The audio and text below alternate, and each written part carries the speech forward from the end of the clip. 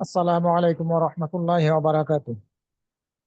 আলহামদুলিল্লাহ ওয়াসসালাতু ওয়াসসালামু আলা নাবিয়িনা মুহাম্মাদিন ওয়া আলা আলিহি ওয়া সাহবিহি আজমাইন, আম্মা বাদ। আল্লাহ রাব্বুল আলামিনের প্রশংসা এবং নবী সাল্লাল্লাহু আলাইহি ওয়াসাল্লামের প্রতি দরুদ পাঠের পরে আমরা আজকে বিশেষ একটি প্রোগ্রামের আয়োজন করেছি। এই প্রোগ্রামে আমরা সবাই উপস্থিত হয়েছি। বিশেষভাবে যারা আমরা হজ করার নিয়াত করেছি এবছর, সেসব বোন ভাই এবং বোনদের এই আজকের এই প্রোগ্রামে উপস্থিত হওয়ার কথা আমরা গত শুক্রবারে ঘোষণা করেছিলাম এবং জানিয়েছিলাম যে আহ, আজকে আমরা হাজ্যের নিয়ম কানুনের উপরে আলোচনা করব ইনশাআল্লাহ। যদিও আমরা পূর্বে একটি আলোচনা করেছি, দীর্ঘ আলোচনা, এবং সেটির ভিডিও ইউটিউবের মাধ্যমে আপনাদের কাছে পৌঁছাইছিলাম। আপনারা হয়তো বা অনেকে সেটা শুনেছেন, এবং সরাসরি আমরা যে আলোচনা করেছিলাম সেটা তো অংশগ্রহণ করেছিলেন, আলহামদুলিল্লাহ। যেহেতু হজ্জের বিষয়গুলো আহ সবাই মনে রাখতে পারে না, এজন্য বারবার এগুলো শেখা প্রয়োজন আছে। কারণ হজ করতে গিয়ে যদি সুন্নাহ মাফিক আমরা হজ আদায় না করি, তাহলে তো আমাদের হজ কবুলই হবে না। যাতে রাসূল সাল্লাল্লাহু আলাইহি ওয়াসাল্লাম যেভাবে হজ করেছিলেন সেভাবে হজ করতে পারি, এই জন্য আমাদেরকে হজ্জের নিয়ম কানুন গুলো বারবার পড়ে শুনে জেনে নিতে হবে। আমরা যখন বাসা বাড়ি থেকে বের হব, এই বাসা বাড়ি থেকে বের হওয়া থেকে শুরু করে হজ সম্পূর্ণ করা পর্যন্ত যেসব কর্মগুলো আমাদের করা উচিত, যেগুলো আমাদেরকে করতে হবে, সেই সব বিষয়গুলো আমি আপনাদের সামনে সংক্ষেপে তুলে ধরার চেষ্টা করব ইনশাআল্লাহ। আমরা সবাই জানি হজ সবার উপরে ফরজ নয়। আল্লাহ রাব্বুল আলামিন যাদেরকে অর্থনৈতিকভাবে এবং শারীরিকভাবে সক্ষমতা দান করেছেন, তাদের উপরেই হজ ফরজ, এবং জীবনে মাত্র একবার। অন্য সময়ে বা অন্যান্য বছরগুলোতে কেউ যদি সক্ষম হয় হজ করতে যেতে, করতে পারবে, তাতে বাধা নেই। তবে জীবনের এবাদত এটি, যার উপরে ফরজ হয়েছে একবার হজ করতেই হবে, কারণ এটি ইসলামের একটি রুকন, স্তম্ভ। আমরা যদি আল্লাহ রাব্বুল আলামিনের সন্তুষ্টি লাভের উদ্দেশ্যে হজ করি,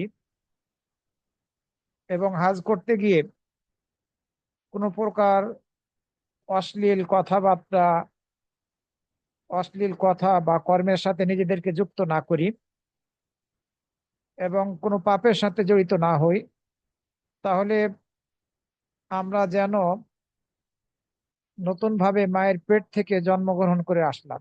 যেই দিন মা আমাদেরকে জন্ম দিয়েছিলেন, সেই দিনের মতো নিষ্পাপ হয়ে ফিরে আসার সুযোগ লাভ করলাম।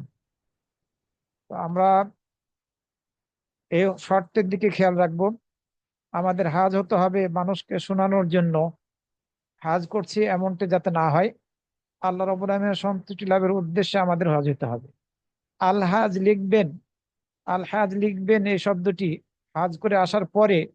এই জন্য যদি আপনি হজ করেন, আপনার হজ কবুল হবে না, কারণ আপনার হজের মধ্যে ইখলাস ছিল না। এসব কিছু বাদ দিতে হবে। আল হাজ, হাজী সাহেব, এই শুনলে আপনি মজা পাবেন, ভালো লাগবে, এই ধরনের মন মানসিকতা যদি কারো মাঝে থাকে, তাহলে এ হজ করে কোনো লাভ হবে না। এগুলো লেখা যাবে না, এগুলো লেখা থেকে বিরত থাকতে হবে। সাথে সাথে হজ করতে গিয়ে, হজ করা অবস্থায়, হাজের নিয়মাবলী পালন করা অবস্থায় আমরা কোনোভাবেই যাতে কোনো প্রকার অশ্লীল কথাবার্তা, গুনাহের কাজের সাথে নিজেদেরকে যুক্ত না করি, ঝগড়ার সাথে জড়িত না করি। তাহলেই আমরা পরস্পরের সাথে ঝগড়ায় লিপ্ত না হই, তাহলেই আমরা নিষ্পাপ হয়ে ফিরে আসতে পারবো এই এবাদতের মাধ্যমে, হজ্জের এবাদতের মাধ্যমে। আমরা সবাই জানি তিনটি কর্মের মাধ্যমে পূর্বের যাবতীয় সব গুনাহগুলো মোচন হয়ে যায়, তিনটি আমলের দ্বারা। কেউ যদি নতুন ভাবে ইসলাম গ্রহণ করে, মুসলিম ছিল না, ইসলাম গ্রহণ করলো, এই ব্যক্তির ইসলাম গ্রহণ করার দ্বারা তার পূর্বের সব গুনাহ ক্ষমা পেয়ে যাবে। দ্বিতীয় ব্যক্তি হচ্ছে, কেউ যদি হিজরত করে, এমন একটা স্থানে আছে যে স্থানে পাপ থেকে মুক্ত থাকতে পারছে না, পাপের সাথে জড়িত হতে হচ্ছে, ওই স্থানকে ত্যাগ করে ভালো স্থানে, যেখানে সৎ লোকেরা বসবাস করে, সেখানে যদি চলে যায় হিজরত করে, তাহলে পারে তার পূর্বের গুনাহগুলো সব আল্লাহ ক্ষমা করে দিবেন। আর পাপের পথ ত্যাগ করে আল্লাহর আনুগত্যের দিকে ফিরে আসলেও এটাও হিজরত। কেউ যদি এটি করতে পারে তাহলে আল্লাহ রাব্বুল আলামিন তার গুনাহগুলোকে মোচন করে দেবেন, পূর্বের গুনাহগুলো সে ক্ষমা পেয়ে যাবে। তৃতীয় আমল, সেটি হচ্ছে হাজ। হাজ্জের আমলের মাধ্যমে আমরা আমাদের পূর্বের যাবতীয় গুনাহগুলোকে মোচন করিয়ে নেওয়ার সুযোগ লাভ করি। শর্ত হচ্ছে যদি হাজ কবুল হয়, আল্লাহ সন্তুষ্টি লাভের উদ্দেশ্যে যদি আমরা হাজটা করে থাকি তাহলে, এবং হাজ্জের মধ্যে অশ্লীলতা থেকে নিজেদেরকে যদি সুরক্ষিত রাখতে পারি, পাপ থেকে নিজেদেরকে যদি বাঁচিয়ে হাজ সম্পন্ন করতে পারি, তাহলে ইনশাআল্লাহ আমরা নিষ্পাপ হয়ে ফিরে আসতে পারবো। আমরা যখন হাজ্জের সফরে বের হব, তখন আমাদেরকে খেয়াল রাখতে হবে এই হাজ্জের সফরটি একটি আহ আনুগত্যের সফর। আল্লাহ রাব্বুল আলামিনের সন্তুষ্টি লাভের উদ্দেশ্যে একটি ইবাদত করার জন্য আমরা বের হয়েছি, আল্লাহর আনুগত্য করার উদ্দেশ্যে বের হয়েছি, তার নির্দেশ পালন করার উদ্দেশ্যে বের হয়েছি। এই মন মানসিকতা যাতে আমাদের মনের মাঝে আমরা ধারণ করে থাকি, কোনোভাবেই যাতে এটা আমরা না ভুলে যাই। এটা কোনো গুনাহ করার সফর নয়, এটা আল্লাহর আনুগত্য করার সফর। সুতরাং এই সফরে থাকাকালীন পুরো সময়টাকে আমাদেরকে ইবাদতের মধ্যে কাটানোর চেষ্টা করতে হবে। আমরা যখন হজ্জের জন্য বের হব, প্রথমত আমাদের যে কাজগুলো করতে হবে সেগুলোর মধ্যে রয়েছে, কেউ যদি আপনার কাছে পাওনাদার থাকে, সে আপনার কাছে কিছু পাবে, আপনি ঋণী, তাহলে চেষ্টা করবেন তার ঋণটা পরিশোধ করে দেওয়ার। যদি সম্ভব না হয়, ঋণ পরিশোধ করার মতো অবস্থা যদি আপনার না থাকে, যে না এখন পারবো না, পরবর্তীতে এসে ঋণ পরিশোধ করবো ইনশাআল্লাহ, তাহলে অবশ্যই আপনাকে আপনার পরিবারের অভিভাবকদের নিকটে, সদস্যদের নিকটে লিখিতভাবে ওসিয়তনামা দিয়ে যেতে হবে যে আমার এ পরিমাণ ঋণ আছে, অমুক অমুক ব্যক্তি আমার নিকটে পাবে, এগুলো তোমাদেরকে অবহিত করলাম, লিখিতভাবে দিতে হবে। আর আপনি যাদের কাছে পাবেন সেগুলো লিখিতভাবে দিতে হবে। সাথে সাথে কারো হক নষ্ট করে থাকলে সেই হকটা আদায় করে দিয়ে যেতে হবে, যাতে কিয়ামতের দিন এই হকের কারণে বিপদে না পড়তে হয়। কারো হক নষ্ট করে থাকলে, কারো প্রতি জুলুম করে থাকলে, কারো গীবত করে থাকলে, তাদের কাছ থেকে হয় ক্ষমা চেয়ে নিতে হবে, আর তা না হয় তাদের হক তাদেরকে ফিরিয়ে দিতে হবে। এভাবে হজ্জের জন্য প্রস্তুতি গ্রহণ করে বের হওয়া উচিত। কারণ এই এই সফরে গিয়ে যদি আপনি আল্লাহ না করুন মারা যান, তাহলে পারে ফিরে আসা সম্ভব হলো না। মক্কা মদিনাতেই আপনাকে হয়তো বা দাফন করা হলো। এর ফলে পাওনাদাররা যদি দাবি না ছাড়ে, তাহলে আপনাকে বিপদের সম্মুখীন হতে হবে মৃত্যুর পরে। সুতরাং এইসব বিষয়গুলো আমাদেরকে গুরুত্ব দিয়ে বিবেচনা করতে হবে, যে কারো কোনো পাওনা আছে কিনা, কারো কোনো হক আছে কিনা, কারো প্রতি জুলুম করেছি কিনা, কারো হক নষ্ট করেছি কিনা, কারো সম্পদ জবরদখল করেছি কিনা, এগুলো এগুলো পরিশোধ করে দিয়ে তারপরে যেতে হবে। পরিশোধ করতে না পারলে ওসিয়ত করে যেতে হবে পরিবারের সদস্যদেরকে। হজ্জের যেসব নিয়ম কানুন, এগুলো আসলে হাজী সাহেবরা অনেক সময় ভালোভাবে শিখে না, যার ফলে হাজ করতে গিয়ে সেখানে অনেক ভুল করে ফেলেন। ভুল হয়ে যায়, মনে রাখতে পারে না, ভুল হয়ে যায়। আবার অনেক সময় হয়তো বা এমন ব্যক্তির সাথে হজ করতে যাচ্ছে, উনিও জানেন না ঠিক মতো হজের নিয়ম কানুন, ফলে অনেক প্রকারের ভুল হাজিদের থেকে ঘটে যায়। এই ভুলগুলো যাতে না হয়, এই জন্যই আমাদেরকে হজের নিয়ম কানুন গুলো যথাযথভাবে শিখে নিতে হবে। সাথে কোনো ভালো আলেমের কোনো ভালো আলেমের বই যদি কালেকশন করতে আমরা পারি, তাহলে বই রাখতে হবে। বই রাখতে হবে, ওই বই বারবার পড়তে হবে, পড়ে হজ্জের নিয়ম কানুন শিখে নিতে হবে। আরো একটি গুরুত্বপূর্ণ বিষয় হচ্ছে, আমরা যখন হজ করতে যাব, অবশ্যই যে টাকা খরচ করে হজ করতে যাচ্ছি, এই টাকাটা হালাল উপার্জন থেকে হতে হবে, হালাল উপার্জন থেকে হতে হবে। কারণ হারাম উপার্জন দ্বারা যদি আপনি হজ করতে যান, লাভ হবে না, হজ কবুল হবে না। আপনি আল্লাহর আনুগত্য করবেন, হালাল একটি ইবাদত করার জন্য আপনি বের হয়েছেন এই আনুগত্যের সফরে, অবশ্যই আপনার উপার্জনটা হইতে হবে হালাল পন্থায়। ওই হালাল পন্থায় উপার্জিত অর্থ খরচ করে আপনাকে হজ করতে হবে। দ্বিতীয়ত, আপনি যখন বাড়ি থেকে বের হবেন, তখন আপনি বাড়ির সদস্যদের থেকে বিদায় নেবেন, তাদের জন্য আপনি দোয়া করবেন, আর তারাও আপনার জন্য দোয়া করবে। আপনি পরিবার পরিজনদের পরিবার এবং আত্মীয় স্বজনদের থেকে যখন বিদায় নেবেন, তখন তাদের উদ্দেশ্যে বলবেন, আস্তাউদিউকুমুল্লাহ আল্লাযী লা তাদিউ ওয়াদাইউহু, আস্তাউদিউকুমুল্লাহ আল্লাযী লা তাদিউ ওয়াদাইউহু। তোমাদেরকে আল্লাহর নিকট আমানত রেখে যাচ্ছি। হাজী সাহেব বলবেন, তোমাদেরকে, আপনি আরবিতে যদি না পারেন বাংলায় বলবেন, তোমাদেরকে আল্লাহর নিকট আমানত রেখে যাচ্ছি, যার আমানত গুলো নষ্ট হয় না। এ হাদিস ইবনে মাজাহ এবং মুসনাদ আহমদের মধ্যে বর্ণিত হয়েছে। আপনি যদি আরবিতে পড়তে না পারেন, ছোট্ট দোয়া আস্তাউদিউকুমুল্লাহ আল্লাযী লা তাদিউ ওয়াদাইউহু, এটুকু যদি না পড়তে পারেন, অনুবাদ দেওয়া আছে, আমি এই আর্টিকেল আগে শেয়ার করেছি, আজকেও আবার আলোচনার শেষে আপনাদেরকে দিয়ে দেবো ইনশাআল্লাহ হোয়াটসঅ্যাপ গ্রুপে। আর পরিবারের সদস্যরা আপনাকে বিদায় জানাবে এই দোয়া পড়ে, আস্তাউদিউল্লাহ দীনাকা ওয়া আমানাতাকা ওয়া খাওয়াতিমা আমালাক ওয়া খাওয়াতিমা আমালিক।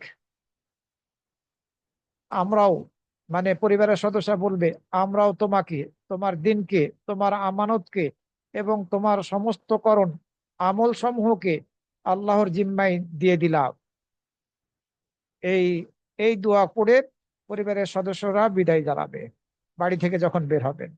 আপনি যে বাহনেই উঠবেন, যে গাড়িতেই উঠবেন, বাড়ি থেকে বের হয়ে এই গাড়িতে উঠে বসে আপনি তিনবার আল্লাহু আকবার পাঠ করবেন। আল্লাহু আকবার, আল্লাহু আকবার তিনবার পড়বেন। এরপরে এই দোয়াটা পাঠ করবেন, সুবহানাল্লাযী সাখখারা লানা হাযা ওয়া মা কুন্না লাহু মুকরিনিন ওয়া ইন্না ইলা রাব্বিনা লামুনকালিবুন। আল্লাহুম্মা ইন্না নাসআলুকা ফি সাফারিনা হাযাল বিররা ওয়াত তাকওয়া ওয়া মিনাল আমালি মা তারদা। আল্লাহুম্মা হাওবিন আলাইনা সাফারানা হাযা ওয়া আতবি আন্না বু'দা। আল্লাহুম্মা আনতা সাহিবু ফিস সাফার ওয়াল খলিফাতু ফিল আহল। আল্লাহুম্মা ইন্নী আউযু বিকা মিন ওয়াসাইস সাফার ওয়া কাআবাতিল মানদার ওয়া সুইল মুনকালাবি ফিল মালি ওয়াল আহল। এই পুরো দোয়াটা হচ্ছে, এটি মুসলিম শরীফের মধ্যে বর্ণিত হয়েছে। এটির বাংলা বাংলা উচ্চারণ এবং অনুবাদ উভয়টাই আমি আমার এই হজ্জের প্রবন্ধের মধ্যে উল্লেখ করেছি। যদি আপনারা আরবিটা পড়তে না পারেন, তাহলে গাড়িতে বসে বাংলাটা পড়বেন। বাংলা আরবিটারই উচ্চারণ বাংলা ভাষায় দেওয়া আছে, আবার অনুবাদও দেওয়া আছে। তো এই সফরের দোয়াটা আপনি যখন গাড়িতে উঠবেন তখন পড়বেন, আবার গাড়ি থেকে এয়ারপোর্টে নেমে যখন বিমানে উঠে বসবেন তখনও এই দোয়াটা পড়বেন। এই এই দোয়া পড়ে আপনার সফর শুরু হবে। আপনি যখন, বা আপনারা যখন সফর শুরু করবেন, তখন সঙ্গী হিসেবে সঙ্গীদের মধ্য থেকে একজনকে আমির নির্বাচিত করে নেবেন, যিনি অবশ্যই বিজ্ঞ ব্যক্তি হবেন, বিচক্ষণ ব্যক্তি হবেন সার্বিক দিক থেকে, যিনি আপনাদের এই গ্রুপকে পরিচালনা করতে সক্ষম হবেন। সার্বিক দিক থেকে তিনি দিক নির্দেশনা দিতে পারবেন। এ ধরনের একজন বিচক্ষণ ব্যক্তিকে আপনারা আমির নির্ধারণ করে নেবেন, নির্বাচন করে নেবেন। এই সফরকালীন সময়ে জোহর, আসর এবং ইশার সলাত, এই 3 ওয়াক্ত সলাত কসর করে সলাত আদায় করবেন। এই 3 ওয়াক্ত সলাত কসর করে আদায় করবেন। জোহরের 2 রাকাত, আসরের 2 রাকাত, আর ইশার সলাত 2 রাকাত। যদি আহ প্রয়োজন হয় যে জোহর আসরকে একত্রিত করতে হচ্ছে, তাহলে জোহরের সময় জোহর আসরকে 2 রাকাত 2 রাকাত করে একত্রিত করে পড়বেন।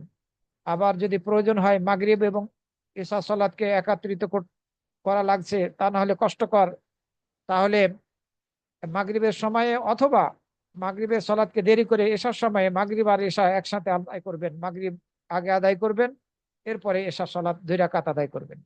অনুরূপভাবে জোহরের সালাত যদি জোহরের সময় আদায় করা কষ্টকর হয়, তাহলে আসরের সাথে আসরের সময়ে আগে জোহর, তারপরে আসরের 2 রাকাত আদায় করবেন। এভাবে সলাৎগুলো সফরকালীন সময়ে কসর করে আদায় করতে হবে।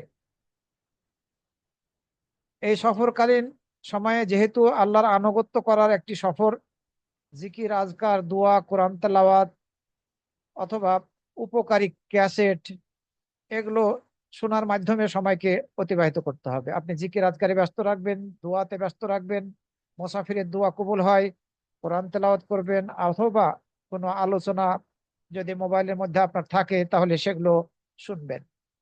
এভাবে এই সময়গুলোকে কাটাতে হবে। গল্প গুজব করে সময় না কাটানোই উচিত। কাউকে হয়তোবা সঙ্গী সাথীদের মধ্যে কেউ হয়তোবা অনেকে হাসায় থাকে, আবার হাসির কথা বলে থাকে, এগুলো থেকে বেঁচে থাকতে পারাটাই কল্যাণকর। ঠাট্টা বিদ্রুপ, হাসি ঠাট্টা, এগুলো থেকে আমরা সম্পূর্ণরূপে বেঁচে থাকবো। হ্যাঁ, হাসি খুশি হবে না এমন বলা যাবে না, হতে পারে মানুষকে এই সফরের মধ্যে সবসময় কাদাকাটি করবে, তা না, কিন্তু এমন কোনো কথা যাতে আমরা না বলি যে কথাটা আল্লাহর আনুগত্যের মধ্যে পড়ে না, এ ধরনের কথা থেকে আমরা বেঁচে থাকবো। আমরা মিকাতে যখন পৌঁছে যাব তখন আমাদেরকে ইহরাম বাঁধতে হবে, ওমরা অথবা হাজ্জের ইহরাম বাঁধতে হবে। তবে যেসব হাজিরা মক্কায় সরাসরি যাবেন না, প্রথমে মাদিনায় যাবেন, তাদের ইহরাম বাঁধার প্রসঙ্গটা আসবে না। তাদের ইহরাম বাঁধার প্রসঙ্গটা আসবে না। যারা সরাসরি জিদ্দা থেকে মক্কায় যাবেন তাদের ইহরাম বাঁধার বিষয়টা আসবে। যারা সরাসরি মদিনায় আগে যাবেন তারা মাদিনায় গিয়ে সেখানে হোটেলে অবস্থান করবেন, মসজিদে নববীতে সালাত আদায় করবেন। জয়দিন ইনাদের জন্য নির্ধারিত আছে, তয়দিন মাদিনায় অবস্থান গ্রহণ করে যেদিন রওনা দিবেন মক্কায়, সেই দিন জুলহুলাইফাতে গিয়ে সেখানে এই উমরা এবং হজ্জের নিয়াত করতে হবে।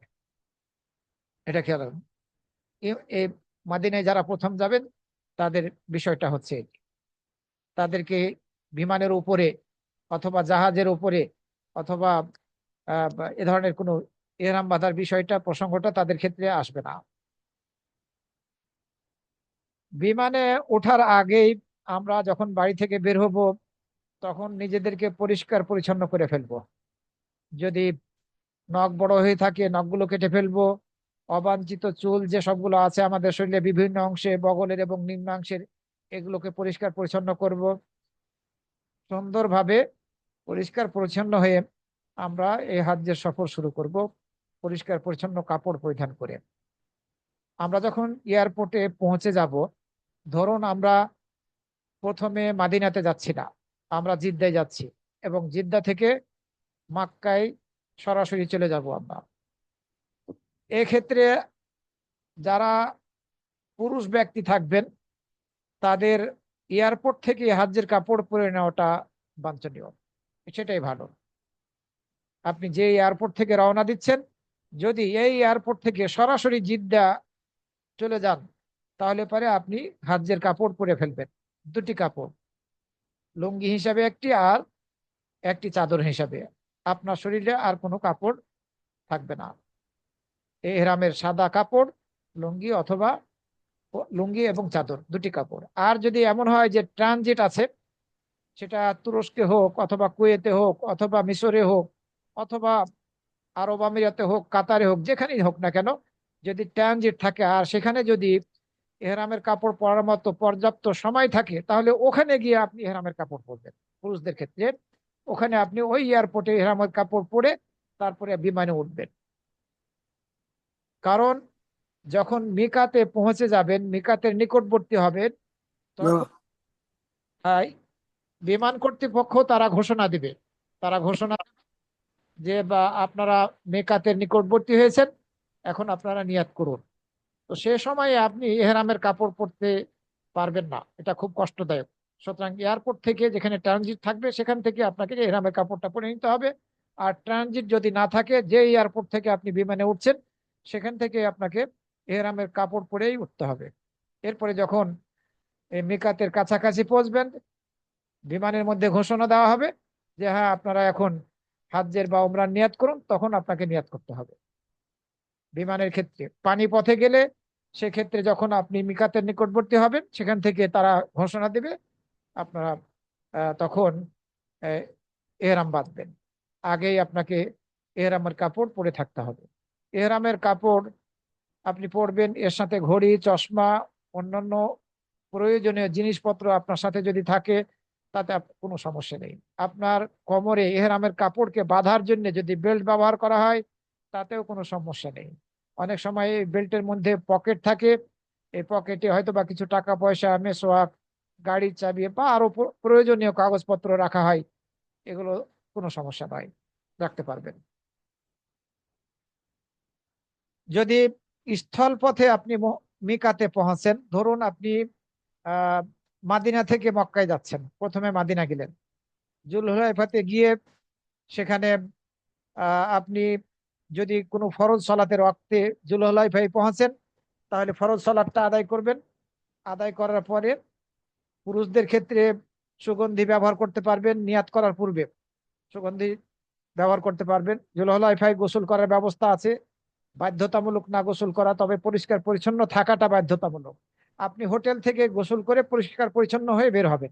জুলহুলাইফায় গিয়ে সেখানে যদি কোনো ফরজ সলাতের রক্ত হয়, তাহলে সেখানে ফরজ সলাতটা আদায় করে নিয়ে তারপরে আপনি নিয়াত করবেন এর।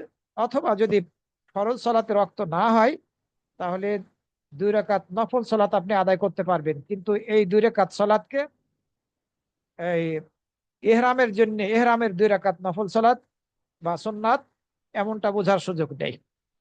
ইহরামের জন্য নির্দিষ্ট কোনো সুন্নাত নামাজ নেই, কোনো নফল সুন্নাত নামাজ নেই। তবে কেউ যদি পড়তে সক্ষম হন, পড়বেন, তাতে কোনো সমস্যা নেই ইনশাআল্লাহ।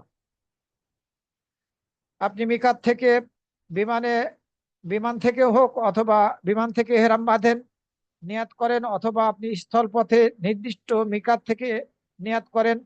আপনি হাজ্জে তামাত্তুকারী হলে প্রথমে বলবেন লাব্বাইকা উমরাতান মুতামাত্তিআন বিহা ইলাল হজ্জ, এরপরে আপনি তালবিয়া পড়বেন, লাব্বাইকা উমরাতান মুতামাত্তিআন বিহা ইলাল হজ্জ। এরপরে লাব্বাইক আল্লাহুম্মা লাব্বাইক, লাব্বাইক লা শারীকা লাকা লাব্বাইক, ইন্নাল হামদা ওয়ান নি'মাতা লাকা ওয়াল মুলক লা শারীকা লাক। এভাবে আপনি তালবিয়া পাঠ করতে থাকবেন। এই তালবিয়া পুরুষরা উচ্চ আওয়াজে পড়বেন, উচ্চ আওয়াজে পড়তে থাকবেন, বিমানে হোক অথবা স্থল পথে হোক, উচ্চ আওয়াজে নিয়াতের পরে তালবিয়া উচ্চ আওয়াজে পড়তে হবে। পুরুষরা উচ্চ আওয়াজে পড়বে আর মহিলারা আহ নিচু আওয়াজে পড়বেন। অন্য নিকটে এই আওয়াজটা যাবে না, যেন নিজেই শুনতেছে নিজের আওয়াজটা। এভাবে তালবিয়া পাঠ করবে। আপনি হাজ্জে তামাত্তু করার উদ্দেশ্যে উমরার নিয়াত করলেন প্রথমে, লাব্বাইকা উমরাতান মুতামাত্তিআন বিহা ইলাল হজ, এরপরে তালবিয়া পাঠ করবেন লাব্বাইকা। আর কেউ যদি হাজ্জে কিরানকারী হয়, হাজ এবং উমরা দুইটাকে একসাথে একসাথে এই 2 হাজ করতে চায়, তাহলে লাব্বাইকা উমরাতান ওয়া হাজ্জান, লাব্বাইকা উমরাতান ওয়া হাজ্জান, এরপরে তালবিয়া পাঠ করবেন লাব্বাইকা আল্লাহুম্মা লাব্বাইক। এভাবে পড়তে হবে। আর শুধুমাত্র যদি হাজ্জের নিয়াত করা হয়, করতে চান কেউ, উমরা করবেন না, তাহলে লাব্বাইকা হাজ্জান, শুধু লাব্বাইকা হাজ্জান, লাব্বাইকা আল্লাহুম্মা লাব্বাইক। এই যে ভাষাগুলো আমি আপনাদেরকে বললাম, এই ভাষাগুলো আসলে নিয়াত না, এগুলো একটা পদ্ধতি। আপনার নিয়াতটা হবে অন্তরে, আপনার মনের মধ্যে। আপনি এই ভাষা লাব্বাইকা উমরাতান মুতামাত্তিআন বিহা ইলাল হজ, এই ভাষাটা বলার সাথে সাথে আপনি মনের মনের মধ্যে নিয়াত করবেন যে আমি আহ হাজ্জে তামাত্তুর নিয়াত করলাম, যে হাজ্জে তামাত্তুর আহ শুরুটা হচ্ছে উমরা করার মাধ্যমে। এই মনের পরিকল্পনাটা আপনার এভাবে থাকতে হবে। তো বা এই যখন আপনি নিয়াত করবেন, নিয়াত করার সময় আপনি যদি আশঙ্কা করেন যে হতে পারে আমি বাধাপ্রাপ্ত হব, আমি পথে হয়তো যদি বাধাপ্রাপ্ত হই, তাহলে তো আমি হাজ আদায় করতে পারবো না, তখন এই জন্য শর্ত করতে পারেন আপনি। অথবা এমন হতে পারে যে আপনিও অসুস্থ হয়ে যেতে পারেন, আপনার পক্ষে হজ আদায় করা সম্ভব হবে না। আপনি যদি শর্ত করে নেন, তাহলে আর কোনো সমস্যা থাকবে না। যখন আপনি অসুস্থ হয়ে পড়বেন, আপনি এহরাম ভেঙে ফেলবেন, আপনাকে কোনো ফিদিয়া দিতে হবে না, দাম দিতে হবে না, কিছুই দিতে হবে না। বা আপনার উপরে পরবর্তী বছরে হজ করা ফরজ হবে, তাও হবে না, যদি নিরুপায় হয়ে যান। শর্তটা হচ্ছে এটি, যে আপনি যখন এহরাম বাঁধবেন, নিয়াত করবেন লাব্বাইকা উমরাতান মুতামাত্তিআন বিহা ইলাল হজ, এই এরপরে লাব্বাইকা আল্লাহ, এরপরে আপনি বলবেন লাব্বাইকা উমরাতান মুতামাত্তিআন বিহা ইলাল হজ, এরপরে ফাইন হাবাসানি হাবিসুন ফামাহিল্লি, শব্দটা হবে ফামাহিল্লি, ফাইন হাবাসানি হাবিসুন ফামাহিল্লি হাইসু হাবাস্তানি। এই দোয়াটা আপনাকে পড়ে নিতে হবে। আল্লাহুম্মা ইন হাবাসানি হাবিসুন, যদি আপনি আল্লাহুম্মা শব্দটা লাগান শুরুতে তাতেও সমস্যা নেই। আল্লাহুম্মা ইন হাবাসানি হাবিসুন ফামাহিল্লি হাইসু হাবাস্তানি, হে আল্লাহ, আমাকে যদি বাধাদানকারী বস্তু পথিমধ্যে বাধা দেয়, তাহলে আমার হালাল হওয়ার স্থান সেখানে যেখানে আমাকে বাধা দেওয়া হবে। মাহিল্লি হাইসু হাবাস্তানি, এই দোয়াটা আপনি নিয়াত করার সময় পড়ে নেবেন এই মিকাতেই।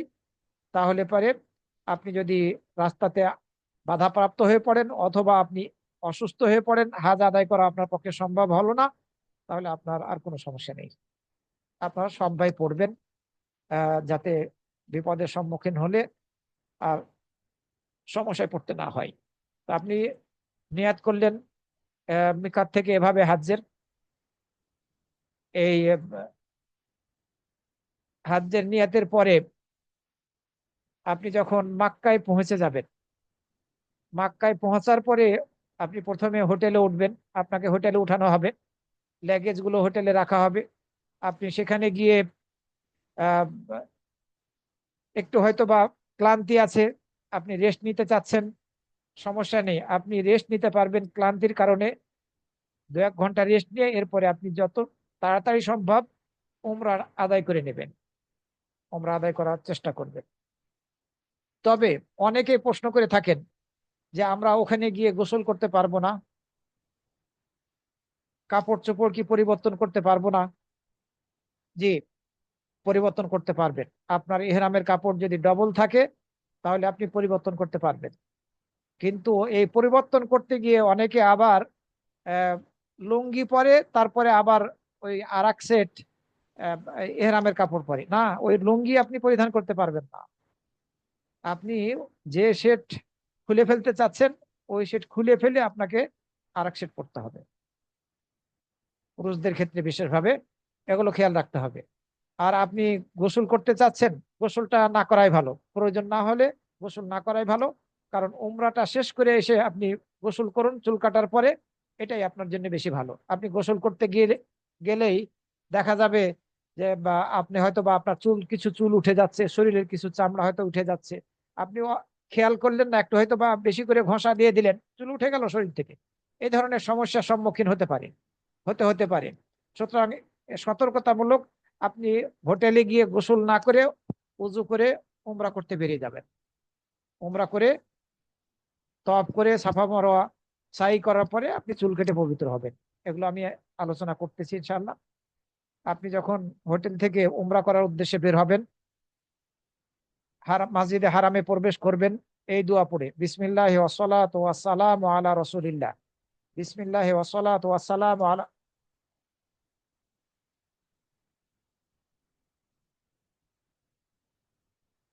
বিসমিল্লাহি ওয়াসসালাতু ওয়াসসালামু আলা রাসূলিল্লাহ, আল্লাহুম্মা গফিরলি দুনুবি ওয়াফতাহলি আবওয়াবা রাহমাতিক, আল্লাহুম্মা গফিরলি দুনুবি ওয়াফতাহলি আবওয়াবা রাহমাতিক।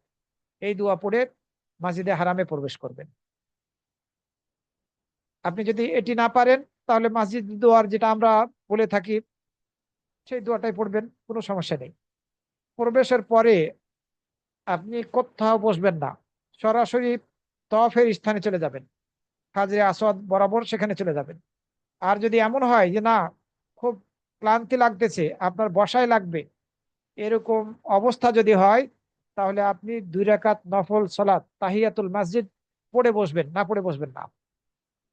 মসজিদে হারামে আপনি তওয়াফ করার আগে ক্লান্তি অনুভব করছেন যে আমি পারবো না একটু রেস্ট না নিলে, মসজিদে ঢোকার পরে তাহলে আপনি বসার পূর্বে তাহিয়াতুল মসজিদ বা দুখুলুল মসজিদ 2 রাকাত সালাত আদায় করে তারপরে বসবেন। এরপরে একটু রেস্ট নিয়ে তারপরে তওয়াফ করার জন্য চলে যাবেন। তওয়াফ করতে গিয়ে হাজরে আসওয়াদ বরাবরে যাবেন।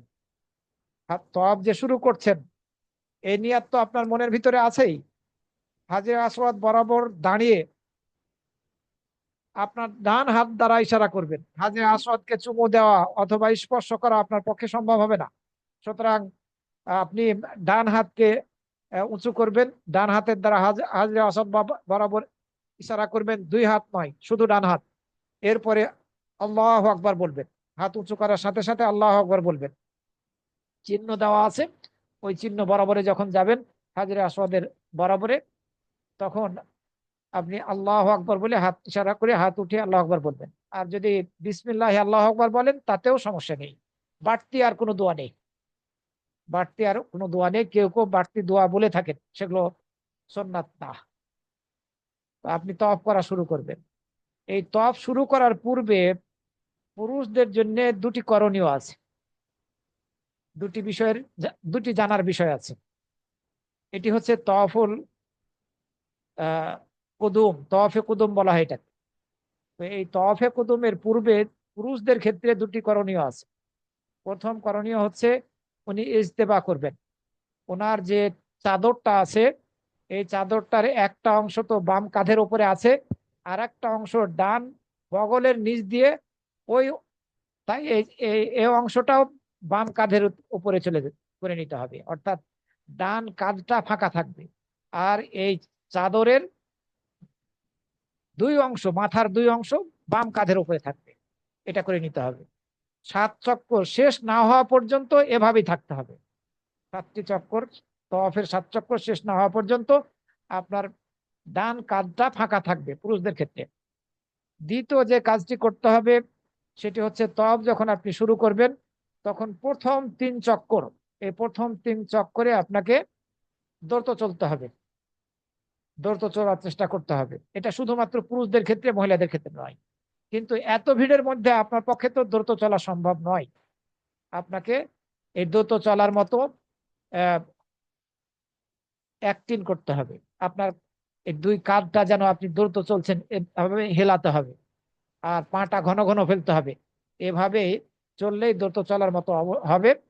এভাবে আপনাকে প্রথম 3 চক্কর, চতুর্থ চক্করে আবার স্বাভাবিকভাবে চলতে হবে।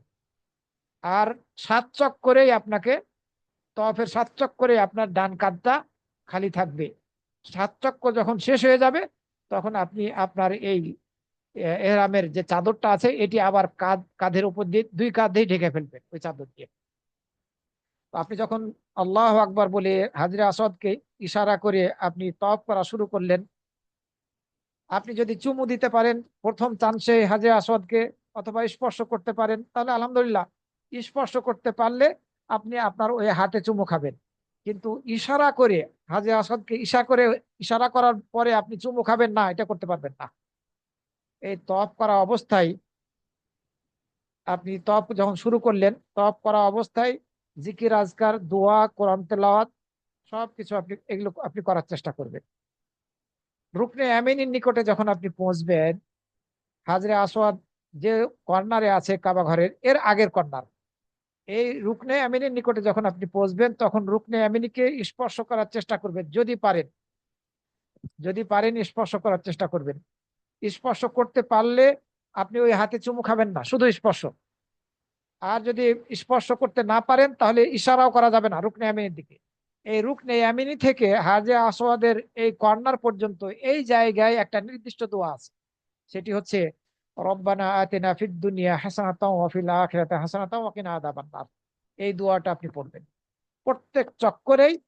এই রুকনে ইয়ামিনী থেকে হাজরে আসওয়াদের এই কর্নার পর্যন্ত এই জায়গায় রব্বানা আতিনা ফিদ দুনিয়া হাসানাতাও ওয়া ফিল আখিরাতি হাসানাতাও ওয়া কিনা আযাবান নার, এই দোয়াটা পড়বেন। খেয়াল রাখবেন এগুলো।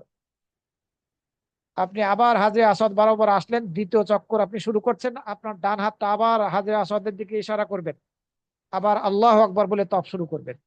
ওই প্রথম তওয়াফের মতো এভাবে আপনি আহ 7টা চক্কর শেষ করবেন। সর্বশেষ তওয়াফ যেটি হবে, সর্বশেষ চক্কর যখন আপনি শেষ করবেন, হাজরে আসওয়াদের বরাবরে গিয়ে আপনার সপ্তম চক্করটা শেষ হবে। তখন আপনি আর ইশারা করবেন না, হাত দিয়ে ইশারা করবেন না, তখন আল্লাহ আকবারও আপনাকে বলতে হবে না। শেষ শেষ যখন হয়ে যাচ্ছে তখন, এটা খেয়াল রাখতে হবে। আর এই যে আপনি তওয়াফ করছেন, এই তওয়াফ করা অবস্থায় আহ আপনার এই জিকির আজকার তো আপনি করবেন, সাথে সাথে আপনি তওয়াফ তওয়াফ কয়টা চক্কর হলো এটাও হিসাব করবেন।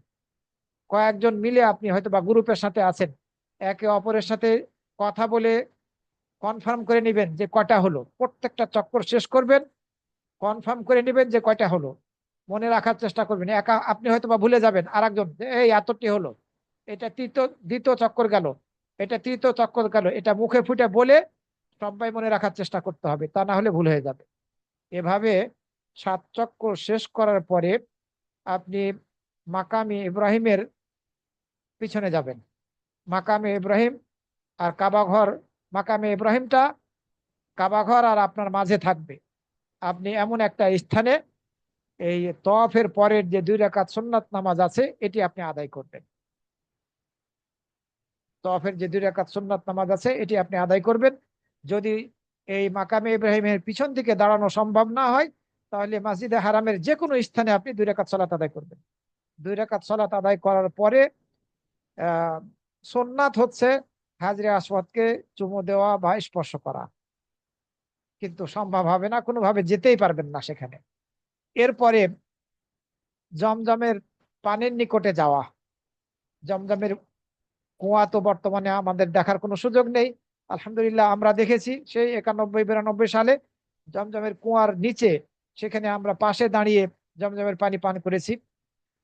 সেটা ব্যবস্থা করা ছিল সেরকম, আমরা জমজমের কুয়ার পাশে দাঁড়িয়ে দেখেছি আলহামদুলিল্লাহ। আহ তো যাই হোক, আপনার এই হাজে আসওয়াদকে যদি চুমু দেওয়া সম্ভব হয় 2 রাকাত সুন্নাত নামাজ পড়ার পরে, যে 2 রাকাত সুন্নাত নামাজের প্রথম রাকাতে সূরা কাফিরুন আর দ্বিতীয় রাকাতে সূরা ফাতিহার পরে সূরা ইখলাস পাঠ করবেন। আহ, তো এরপরে আপনি জমজমের পানি পান করবেন। জমজমের পানি পান করার পরে আপনি এ সময় একাকী হাত তুলে দোয়া করতে পারেন কেবলামুখী হয়ে, জমজমের পানি পান করার পরে। এরপরে আপনি আহ তওয়াফ করার জন্য সাফা পর্বতের দিকে চলে যাবেন। সাফা পর্বতে যখন উঠা শুরু করবেন, তখন ইন্না সাফা ওয়াল মারওয়াতা মিন শাআইরিল্লাহ আয়াতের, সূরা আল বাকারার 158 নম্বর আয়াত, এই আয়াতের এই অংশটুকু শুধু পড়বেন, বাকি অংশ না। ইন্না সাফা ওয়াল মারওয়াতা মিন শাআইরিল্লাহ, এই অংশটুকু সাফা পর্বতে ওঠার সময় আপনি পড়বেন। এটি পড়ার পরে যখন আপনি সাফা পর্বতের উপরে উঠে যাবেন, উঠার পরে কেবলাকে আপনি সামনে করবেন, কেবলামুখী হবেন, কাবা ঘর মুখী হবেন। কাবা ঘর মুখী হয়ে 3 বার আল্লাহ আকবার বলবেন। আল্লাহ আকবার, আল্লাহ আকবার, আল্লাহ আকবার, 3 বার আল্লাহ আকবার বলে 3 বার আপনি লা ইলাহা ইল্লাল্লাহু ওয়াহদাহু লা শারীকা লাহু লাহুল মুলকু ওয়া লাহুল হামদু ইহয়ি ওয়া ইউমীতু ওয়া হুয়া আলা কুল্লি শাইইন কাদির লা ইলাহা ইল্লা হুয়া লা ইলাহা ইল্লাল্লাহু ওয়াহদাহু লা ইলাহা ইল্লাল্লাহু ওয়াহদাহু আনজাজা ওয়া'দাহ ওয়া নাসারা আবদাহ ওয়া হাজামাল আহজাবা ওয়াহদাহ। এই দোয়াটা পড়বেন 3 বার।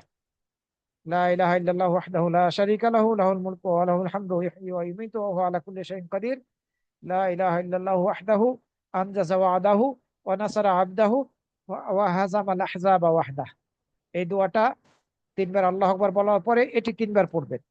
এরপরে একাকী হাত তুলে ইচ্ছা মতো আপনি দোয়া করবেন এই সফা পর্বতের উপরে উঠে। এগুলো সুন্নাত, বাধ্যতামূলক না। যদি সম্ভব হয় তাহলে আপনারা এগুলো পড়বেন, যদি সম্ভব হয়। আর সম্ভব না হলে কিছুই করার নেই। তো হয়তো বা আপনাকে সাফা পর্বতে উঠে আপনাকে আবার হেঁটে চলে যেতে হতে পারে, তখন তো আপনি এই দোয়াগুলো পড়তে পারলেন না, কোনো সমস্যা নেই। এরপরে যখন আপনি সাফা পর্বত থেকে মারওয়া পর্বতের দিকে হাঁটা শুরু করলেন, সবুজ চিহ্নের স্থানে পুরুষদের ক্ষেত্রে সেখানে দৌড়িয়ে চলতে হবে, দ্রুত গতিতে হাঁটতে হবে। সবুজ চিহ্ন আছে, এই সবুজ চিহ্নের জায়গায় আপনাকে দ্রুত গতিতে চলতে হবে, পুরুষদের জন্য, মহিলাদের জন্য নয়। এই স্থানগুলোতে সবুজ চিহ্নের স্থানে অথবা সফা থেকে মারোয়া পর্যন্ত এই যাওয়ার মাঝে নির্দিষ্ট কোনো দোয়া নেই। যেমনি ভাবে কাবা ঘরকে তওয়াফ করার সময়ে নির্দিষ্ট কোনো দোয়া নেই, অনুরূপ ভাবে সাফা থেকে মারওয়া পর্যন্ত এই যাতায়াতের মাঝেও কোনো নির্দিষ্ট দোয়া নেই। যারা নির্দিষ্ট দোয়া পাঠ করে তারা বেদাতি কাজ করে থাকে। বই নিয়ে যায় সাথে করে, প্রত্যেকটা চক্কর কাবা ঘরকে তওয়াফ করার সময়, চক্কর দেওয়ার সময়, আবার সাফা মারওয়া এই সাই করার সময় নির্দিষ্ট করে দোয়া পাঠ করে। এগুলো সব বিদাত, এসব বেদাতি কাজ করা যাবে না, এইসব বেদাতি দোয়াও পড়া যাবে না, এগুলো থেকে বেঁচে থাকতে হবে। আপনি যখন মারোয়ায় পৌঁছে যাবেন সাফা থেকে, তখন আপনার একটা সাই হয়ে গেল। মারোয়ায় পৌঁছে যেমনি ভাবে আপনি কাবা ঘরকে সামনে করেছিলেন সাফা পর্বতের উপরে, সেখানে মারোয়ার পাহাড় পর্বতের উপর থেকে ওই একই ভাবে 3 বার আল্লাহ আকবার আর ওই লা ইলাহা ইল্লাল্লাহ দোয়াটা 3 বার পড়ে আপনি আবার একাকি হাত তুলে ইচ্ছা মতো দোয়া করতে পারবেন কেবলামুখী হয়ে। যদি সম্ভব হয় করবেন, সম্ভব না হলে আবার ওই মারোয়া থেকে সাফা পর্যন্ত চলে যাবেন। সাফায় গিয়ে ওই একই পদ্ধতি, তখন আর ওই আয়াত পড়তে হবে না, ইন্না সাফা ওয়াল মারওয়াতা। এই দ্বিতীয়বার যখন আপনি সাফা পর্বতে উঠবেন তখন আর এই আয়াত পড়তে হবে না। তবে সাফা পর্বতে উঠে ওই প্রথমে যে দোয়াগুলো পড়েছিলেন সেগুলো পড়বেন যদি সক্ষম হন। দ্বিতীয়, আপনি সাফা থেকে মারোয়া গেলেন, এক সাই হয়ে গেল। মারোয়া থেকে সাফা গেলেন, দ্বিতীয় সাই হলো। আবার সাফা থেকে মারোয়া গেলেন, তৃতীয়। এভাবে আপনি শুরু করেছিলেন সাফা থেকে, আর 7টা সাই আপনার শেষ হবে মারোয়াতে গিয়ে। মারোয়াতে গিয়ে শেষ হবে যখন আপনি সাই শেষ করে ফেললেন। এই সাই শেষ করার পরে আপনাকে চুল কাটতে হবে। আপনি বেরিয়ে যাবেন, ওখানে চুল কাটা সম্ভব নয়। বেরিয়ে গিয়ে হয়তো বা আপনি হোটেলে চলে যাবেন, হোটেলের নিচে সেলুন আছে, সেলুনে চুল কাটবেন। আর মা বোনদের ক্ষেত্রে ওনারা হোটেলে চলে যাবেন, তারা এই তাদের চুলকে জমা করে এই আঙ্গুলের 1 গিরা পরিমাণ চুল কেটে ফেলবেন। আর এই পুরুষদের ক্ষেত্রে পুরুষদের ক্ষেত্রে পুরো মাথাকে নাড়া করতে হবে, এটি উত্তম। যদি পুরো মাথা নাড়া করতে না চান এই উমরা সম্পূর্ণ করার পরে, তাহলে পারে সেক্ষেত্রে পুরো মাথার চুলগুলোকে খাটো করতে হবে। আপনি কিছু অংশের খাটো করলেন, বাকিগুলো খাটো করলেন না, এমনটা যাতে না হয়, এটা খেয়াল রাখতে হবে। যখনই আপনি চুল কেটে ফেললেন তখনই আপনি উমরা করার পরে হালাল হয়ে গেলেন। এখন আপনি নর্মাল পোশাক পরিধান করতে পারবেন। যেসব কিছু নিষিদ্ধ হয়েছিল, যেসব কিছু নিষিদ্ধ হয়েছিল এহরাম বাঁধার কারণে, সেগুলো করতে পারবেন। নিষিদ্ধ হয়েছিল চুল কাটা, চুল উঠানো, চামড়া উঠানো, নখ কাটা, এগুলো নিষিদ্ধ হয়েছিল। স্বামী স্ত্রীর মধ্যে সম্পর্কের বিষয়টি নিষিদ্ধ হয়েছিল। এখন আপনি হালাল হয়ে গেলেন, এখন স্বামী স্ত্রীর সাথে সম্পর্কের বিষয়টি বৈধ হয়ে গেল এই উমরা আদায় করার দ্বারা। আপনি উমরা সম্পন্ন করলেন, হাজ্জে তামাত্তুকারীর জন্য বলতেছি, উমরা সম্পন্ন করলেন, আপনি এখন হালাল হয়ে গেলেন। আপনি মসজিদে হারামে যাবেন, সালাত আদায় করবেন 5 ওয়াক্ত। আহ, অথবা আপনি হোটেল থেকে, যেসব হোটেলের আহ, নামাজের ব্যবস্থা আছে সেখান থেকে আপনি হারামের জামাতের সাথে অংশগ্রহণ করতে পারেন, কোনো সমস্যা নেই। এভাবে আপনি 5 ওয়াক্ত সালাত আদায় করবেন। চেষ্টা করবেন বেশি বেশি করে নফল তওয়াফ করার। ওই উমরা করার চেষ্টা করবেন না। আপনি মসজিদে মক্কাতেই আছেন, মসজিদে আয়েশাতে যাচ্ছেন, আর একটা করে দৈনন্দিন উমরা করতে আছেন, অথবা 2 দিন পর পর, 1 দিন পর পর আপনি উমরা করতে আছেন। ওইটা সুন্নাত নয়, এগুলোর দলিল নেই, এর সপক্ষে দলিল নেই, ফতোয়া আছে। আপনি এভাবে উমরা করবেন না, বরং আপনি তওয়াফ করবেন। তওয়াফও আবার অন্য কারো পক্ষ থেকে করা যায় না, নফল তওয়াফ আপনি আপনার তওয়াফ করবেন আর অন্যদের জন্য দোয়া করবেন। তওয়াফ করার পরে 2 রাকাত নফল সালাত, সুন্নাত সালাত আদায় করবেন। আপনার এভাবে আপনি তওয়াফ করতে থাকবেন। তওয়াফ করার পূর্বে অবশ্যই আপনাকে উজু করে নিতে হবে, যদিও বিতর্কিত বিষয়। তবে রাসূল সাল্লাল্লাহু আলাইহি ওয়াসাল্লাম এই তওয়াফকে সালাত বলেছেন, নামাজ বলেছেন। সুতরাং নামাজে যেমন উজু থাকা লাগে, তওয়াফের সময়ও উজু থাকাটা এটা জরুরি। যদি কারো উজু ভেঙে যায় তাহলে আবারও উজু করে এসে নতুন করে তওয়াফ শুরু করতে হবে। এই মতামত আছে, বিপরীত মত আছে। যারা অক্ষম, করতে সক্ষম নন, তাদের বিষয়টা ভিন্ন। তো এভাবে আপনি এবাদতে নিজেদেরকে ব্যস্ত থাকবেন, হোটেলে রাত্রি যাপন করবেন, আর যত বেশি করে সম্ভব তওয়াফ করার চেষ্টা করবেন। জিলহাজ মাসের 8 তারিখ যখন চলে আসবে, 8ই জিলহাজ, 8ই জিলহাজের দিন আপনাকে হাজ্জের নিয়াত করতে হবে। 8ই জিলহাজের দিন আপনাকে হাজ্জের নিয়াত করতে হবে। আপনি যে স্থানেই থাকুন না কেন, মিনার মধ্যেও হয়তো বা অনেক হাজিরা থাকবেন, ওখানেই হয়তো বা তাদের হোটেল আছে, হতে পারে এরকম। আবার মিনার বাইরে, মক্কার আশেপাশে, কাবা ঘরের আশেপাশে যে সেসব হোটেলগুলোতে আপনি আছেন, 8ই জিলহজ আপনাকে হজ্জের নিয়াত করতে হবে। 8ই জিলহজ, 8ই জিলহজ আপনি হজ্জের এহরাম বাঁধবেন। আবার পুরুষদের জন্য নতুন ভাবে ইহরামের কাপড় পরিধান করতে হবে, সব কাপড় ত্যাগ করতে হবে ওই আগের নিয়মে, পরিষ্কার পরিচ্ছন্ন হতে হবে এই 8ই জিলহজ। কিন্তু আপনাদেরকে 8ই জিলহজের আগেই নিয়ে যাবে, 8ই জিলহজের রাতেই আপনাদেরকে নিয়ে চলে যাবে মাদিন মিনাতে যাওয়ার নিয়ম হচ্ছে, মিনায় প্রবেশের নিয়ম হচ্ছে যে আপনি জোহরের আগে পৌঁছবেন মিনায়। 8ই জিলহজ জোহরের আগে আপনি মিনায় পৌঁছবেন। জোহর, আসর, মাগরিব, এশা এবং 9ই জিলহজ ফজরের সালাত আপনি মিনাতে এই 5 ওয়াক্ত সালাত ওয়াক্তে ওয়াক্তে আদায় করবেন। যারা মুসাফির তারা জোহরের সালাত 2 রাকাত পড়বেন, আসরের সালাত 2 রাকাত, এশার সালাত 2 রাকাত, মাগরিবের 3 রাকাত আর ফজরের 2 রাকাত সুন্নাত এবং 2 রাকাত ফরজ, এভাবে পড়ার নিয়ম।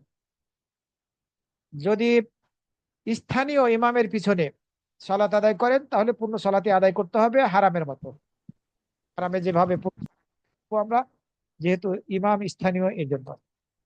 আপনি 8ই জিলহজ অথবা 8ই জিলহজের আগে যখন আপনাকে জানানো হবে যে আমাদেরকে এতটার সময় মিনার উদ্দেশ্যে রওনা দিতে হবে, আর আপনাদেরকে প্রস্তুত হতে বলবে, পরিষ্কার পরিচ্ছন্ন হয়ে কাপড় চোপড় পরে আপনারা রেডি থাকবেন, আপনাদেরকে গাড়িতে করে মিনায় নিয়ে যাবে। এই যখন নিয়ে যাবে গাড়িতে ওঠার আগেই আপনাকে হজ্জের নিয়াত করে নিতে হবে। আপনি বলবেন লাব্বাইকা হাজ্জান, আপনি আগে উমরা করে ফেলেছেন, এখন শুধু হজ্জের নিয়াত করবেন, লাব্বাইকা হাজ্জান, লাব্বাইক আল্লাহুম্মা লাব্বাইক লাব্বাইক লা শারীকা বলে এই তাকবীর পাঠ করতে থাকবেন। সাথে সাথে ওই বাধাগ্রস্ত যদি হন তাহলে এই ওই শর্তের দোয়াটা এখানেও করে ফেলবেন, আল্লাহুম্মা ইন হাবাসানি হাবিসুন ফামাহিল্লি হাইসু হাবাস্তানি, ওই দোয়াটা আপনি এখানেও করে ফেলবেন। শর্ত দিয়ে দিবেন যদি কোনো কিছু আমাকে বাধাগ্রস্ত করে তাহলে আমার হালাল হওয়ার স্থান সেখানে যেখানে তুমি আমাকে বাধাগ্রস্ত করলে, ওই দোয়াটা এখানেও পড়ে নেবেন। যাতে করে যদি আপনি অসুস্থ হয়ে পড়েন, কোনো কাজ হজের কোনো কাজ আমলগুলো আপনার পক্ষে করা সম্ভব না হয়, তাহলে কোনো সমস্যার সম্মুখীন না হয়, এই দোয়াটা আপনি সেখানেও পড়ে নেবেন। এরপরে আপনি আগের রাত্রে আপনাকে মিনায় নিয়ে যাওয়া হবে। আবার মিনায় 5 ওয়াক্ত সালাত আদায় করার কথা। 8ই জিলহজ জোহর, আসর, মাগরিব, এশা এবং 9ই জিলহজ ফজরের সালাত পর্যন্ত মিনায় থাকার কথা। সূর্য ওঠার পরে মিনা থেকে আপনাকে আরাফার ময়দানে রওনা দিতে হবে, সূর্য ওঠার পরে। কিন্তু আপনাকে সেই সুযোগ দেওয়া হবে না। এই 9ই জিলহজ রাতের বেলায় মিনা থেকে আপনাকে আরাফার ময়দানে নিয়ে যাওয়া হবে। আরাফায় আপনাকে ফজরের নামাজ পড়তে হবে। অথচ নিয়ম ছিল যেটা, সেটা হচ্ছে ফজরের নামাজ আপনি মিনায় পড়বেন আর সূর্য ওঠার পরে মিনাতে 9ই জিলহজ আরাফার উদ্দেশ্যে রওনা দেবেন। কিন্তু যেহেতু লাখ লাখ হাজি হজ করতে গিয়েছেন, সেখানে হাজিদেরকে এই সূর্য ওঠার পরে যদি নিয়ে যাওয়া শুরু করা হয় তাহলে এটি কোনোভাবেই সম্ভব নয়। এই জন্য 9ই জিলহজ মিনা থেকে রাতের বেলায় হাজিদেরকে নিয়ে চলে যাওয়া হয়। আবার অনেকে আছে, অনেক হাজিরা হয়তো বা সুযোগ পেয়ে যান শিডিউলের কারণে, যে ওনাদেরকে ওই সূর্য ওঠার পরেই নিয়ে যাওয়া হচ্ছে। আপনার যদি ভাগ্যে লিখে রাখা থাকে যে সুন্নাহ মাফিক আপনি হজটা করবেন, হতে পারে আপনাকে নিয়ে যাওয়া হচ্ছে মিনাতেই 9ই জিলহজ সূর্য ওঠার পরে আপনাকে নিয়ে যাওয়া হচ্ছে আরাফার উদ্দেশ্যে। তো যাই হোক, এই মিনা থেকে আরাফায় আপনাকে যেতে হবে 9ই জিলহজ। 9ই জিলহজ সূর্য পশ্চিম আকাশে ঢলে যাওয়ার পূর্ব পর্যন্ত আপনাকে আহ, বাইরে থাকতে হবে, আরাফার ময়দানের বাইরে। জোহরের সালাত জোহরের সালাত এবং আসরের সালাত আদায় করে আপনার আরাফার ময়দানে প্রবেশের কথা, এটা নিয়ম। কিন্তু সেটা সম্ভব হবে না, আপনাকে আরাফার ময়দানের ভিতরেই আগের রাত থেকেই প্রবেশ করিয়ে দিবে। আপনি যেখানেই থাকুন থাকুন না কেন আরাফার ময়দানে, জোহরের এবং আসরের সালাত 2 2 রাকাত করে, এক আজান 2 একামাতে জোহরের রক্তই আদায় করে নিতে হবে। জোহরের রক্তে এক আজান 2 একামতে জোহরের 2 রাকাত, আসরের 2 রাকাত কসর করে আদায় করতে হবে। রাসূল সাল্লাল্লাহু আলাইহি ওয়াসাল্লাম এভাবে আদায় করেছেন জোহরের রক্তেই। এরপরে সূর্য অস্ত পর্যন্ত, 9 জিলহজ সূর্য অস্ত পর্যন্ত আপনি আরাফার ময়দানে অবস্থান করবেন।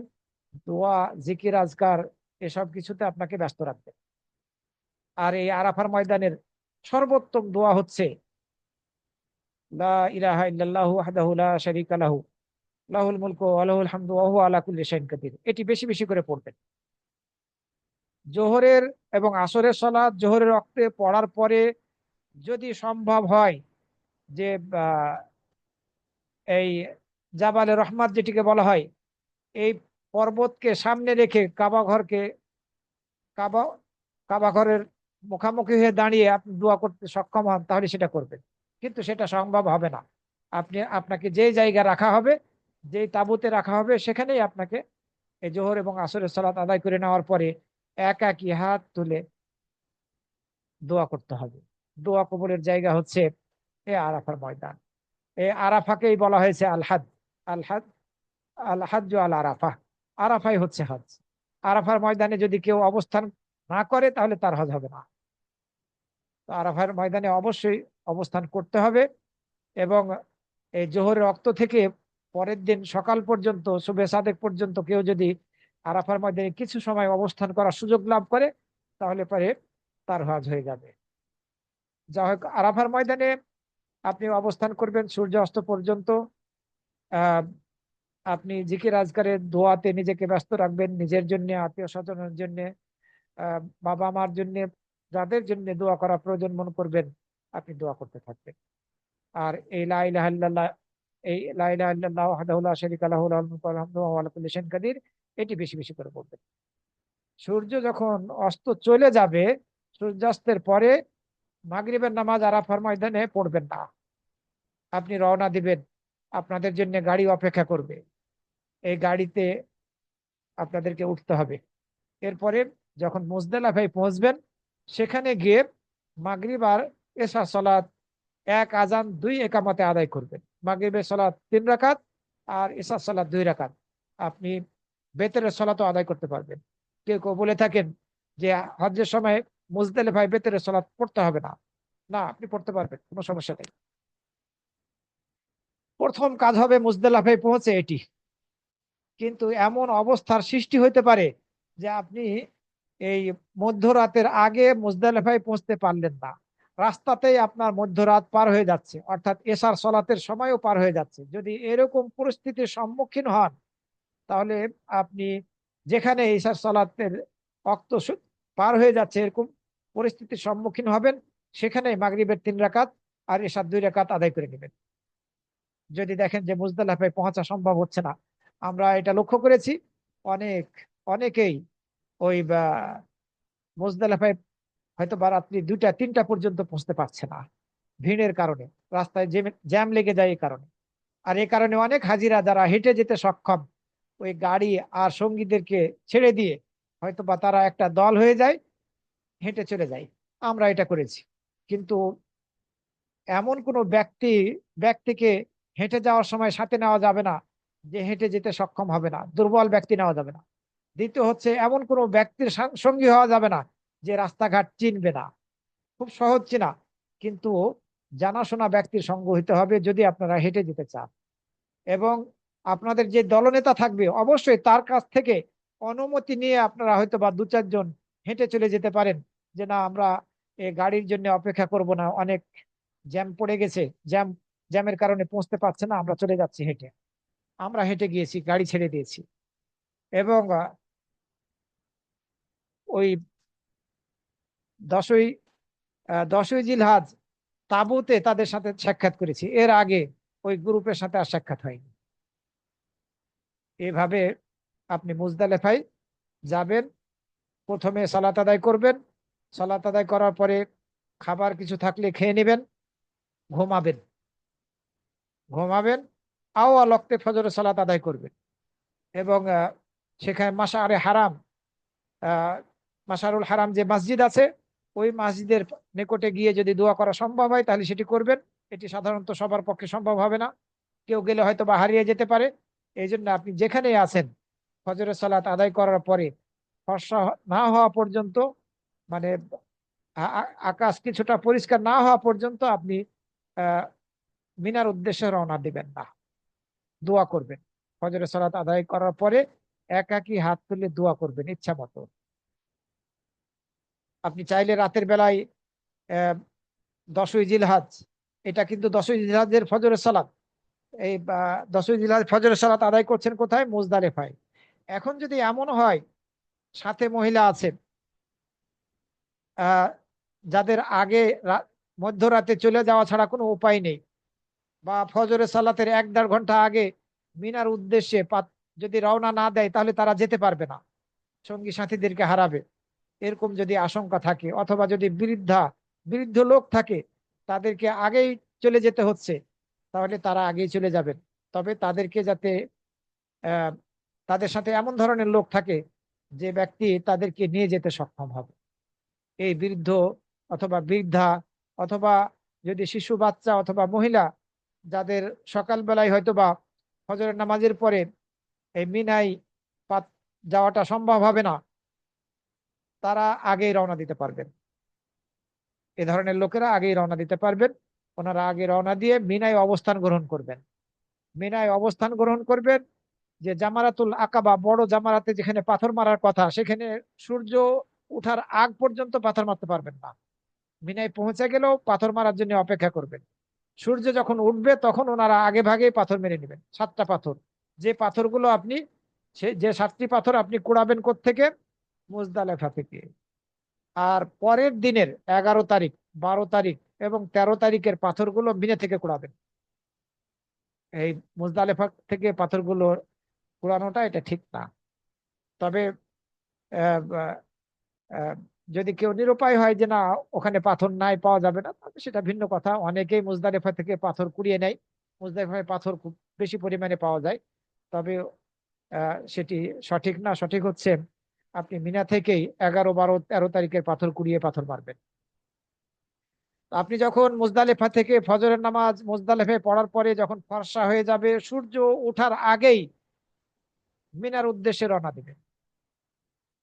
আহ এরপরে মিনার উদ্দেশ্যে যখন আপনি রওনা দিবেন, মিনার উদ্দেশ্যে যাওয়ার পথে বাতনু মুহাসসার নামক একটা জায়গা আছে, সেখানে দ্রুত চলতে হবে। সেখানে দ্রুত চলতে হবে পুরুষদের জন্য বিশেষভাবে, এটা নিয়ম আছে। সে চিহ্ন হয়তো বা সবাই বর্তমানে খেয়াল করতে পারে না, তবে যারা বুঝতে পারবেন, খেয়াল করবেন, তাদের দ্রুত চলা উচিত সেখানে। আহ এরপরে মিনায় পৌঁছে প্রথম যে কাজটা করবেন সেটি হচ্ছে বড় জামারাতে 7টি পাথর নিক্ষেপ করবেন। প্রত্যেকটা পাথর মারার সময় আল্লাহু আকবার বলে পাথর নিক্ষেপ করবেন। এবং অবশ্যই এই পাথর, যে প্রাচীর দেওয়া আছে পাথর মারার স্থানে, এই প্রাচীরের ভিতরে পড়তে হবে। বাইরে যদি কোনোটা পড়ে যায় তাহলে পরে ওইটার স্থলে আরো একটা পাথর মারতে হবে। যেটা বাইরে পড়ে গেল সেটার স্থলে আরো একটা পাথর আপনাকে মারতে হবে। খেয়াল রাখবেন, এই পাথর মারার ক্ষেত্রে এই পাথরগুলোকে ধুয়ে নেয় অনেকে, না, ধুতে হবে না, এগুলি বাড়াবাড়ি। পাথর ধুতে হবে না, পাথর কয়েকটা বেশি নিবেন। যদি বাই চান্স মিস হয়ে যায়, যাতে করে আর একটা রিপ্লেস আপনি মারতে পারেন। এভাবে 7টি পাথর আপনি এই বড় জামারাতে মারবেন, যে জামারাটা মাক্কার নিকটবর্তী। আগে 2টি ছেড়ে এসে তৃতীয়টিতে, প্রথমে হচ্ছে ছোটটি, তারপরে মধ্যমটি, তারপরে বড়টি। বড়টি হচ্ছে মক্কার দিকে। 10ই জিলহজ প্রথম যে কাজটা আপনার, সেটি হচ্ছে আপনি জামারাতুল আকাবাতে পাথর মারলেন, 7টি পাথর মারলেন। এছাড়া নিয়ম কানুন গুলো, আরো কিছু নিয়ম কানুন আছে এখানে, যেগুলো আমি আর্টিকেল যেটা আছে ওর মধ্যে লেখা আছে, আপনারা সেটা পড়ে নেবেন। পাথর মারার পরে আপনি যদি ব্যাংকে টাকা জমা দিয়ে থাকেন কুরবানির, তাহলে ওই তারা সকাল 10টার আগে, 10ই জিলহজ সকাল 10টার মধ্যেই কুরবানি সম্পূর্ণ করবে। আপনি যখন পাথর মানলেন, আপনার সকাল 10টার আগে কুরবানি সম্পূর্ণ হয়ে গেল, আপনি ব্যাংকে টাকা জমা দিয়েছেন, 10টার আগে ধরে কুরবানি আপনার হয়ে যাবে নিশ্চিত ইনশাআল্লাহ। এরপরে আপনি চাইলে চুল কেটে ফেলতে পারবেন। কাবা ঘরকে তওয়াফ করার পূর্বেই এবং সাই করার পূর্বেই আপনি ইচ্ছা করলে চুল কাটতে পারবেন। চুল যদি আপনি কেটে ফেলেন, তাহলে পরে আপনি সাধারণ পোশাক চেঞ্জ করতে পারবেন, এহরামের কাপড় ছেড়ে দিয়ে আপনি নর্মাল পোশাক পরিধান করতে পারবেন। এরপরে আপনি তওয়াফ এবং সাই করতে যেতে পারবেন।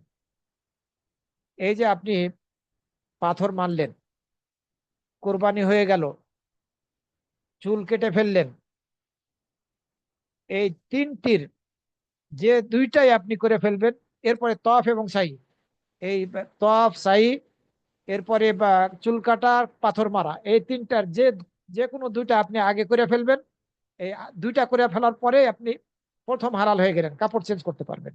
যে কোনো দুইটা করার দ্বারা আপনি প্রথম হালাল হবেন। শুধু আহ আপনার স্ত্রীর সাথে মিলিত হইতে পারবেন না। প্রথম হালালের পরে স্ত্রীর সাথে মিলিত হইতে পারবেন না। আপনি যখন তফ এবং সাই করে ফেললেন, তখন আপনি ফাইনাল হালাল হয়ে গেলেন। এরপরে আপনি স্ত্রীর সাথে মিলিত হতে পারবেন। তো বা এই দিন অনেক কাজ, প্রথমে পাথর মারা, তারপরে কুরবানি, এরপরে চুল কাটা, এরপরে আহ তওয়াফ করা, কাবা ঘরকে তওয়াফ করা ওই আগের নিয়মে, এবং সাই করা, সাফা মারওয়া। কিন্তু এই তওয়াফের সময় ইজতেবা চলবে না আপনার। তখন তো আপনার, যদি আপনি ইহরামের কাপড় পরে থাকেন, আপনি কাপড় পরিবর্তন না করে থাকেন, তাহলে তখন কিন্তু আপনার দুই কাঁধ বাঁধা, ঢাকা থাকতে হবে। দুই কাঁধ ঢাকা থাকবে, দুই কাঁধ ঢেকে রাখতে হবে, এটা খেয়াল রাখতে হবে পুরুষদেরকে। আপনি যদি এহরামের কাপড় পরিবর্তন না করে থাকেন, দুই কাঁধ ঢাকা অবস্থায় আপনার এই তওয়াফ করতে হবে। আপনি যখন সাই করলেন, তওয়াফ করলেন, আপনি পূর্ণ হালাল হয়ে গেলেন, সব কাজগুলো সম্পন্ন হয়ে গেল। এবং চেষ্টা করবেন সূর্য সূর্যাস্তের পূর্বেই তওয়াফ এবং সাই সম্পন্ন করতে। এরপরে আপনি হোটেলে যাবেন, হোটেলে গিয়ে আহ গোসল করেন, পরিষ্কার পরিচ্ছন্ন হন, কোনো বাধা নেই। কিছুটা রেস্ট নিয়ে আপনাকে মিনায় চলে যেতে হবে। মিনায় রাত্রি যাপন করতে হবে। মিনায় আপনি সলাত আদায় করবেন, 5 ওয়াক্ত সলাত, প্রত্যেকটা সলাত স্ব-ওয়াক্তে, কসর করে। জোহরের সলাত 2 রাকাত, আসরের সলাত 2 রাকাত, প্রত্যেকটা ওয়াক্তে ওয়াক্তে আদায় করবেন। মাগরিবের সলাত মাগরিবের ওয়াক্তে 3 রাকাত, এশার সলাত 2 রাকাত, এবং বেতর ফজরের সলাত 2 রাকাত, এবং ফরজ 2 রাকাত। এই সলাৎ গুলো আপনি আদায় করবেন। আর এই 11 তারিখ, 12 তারিখ এবং 13 তারিখ 3টা জামারাতে পাথর মারবেন। এই মিনা থেকে এই পাথরগুলো সংগ্রহ করে নেবেন।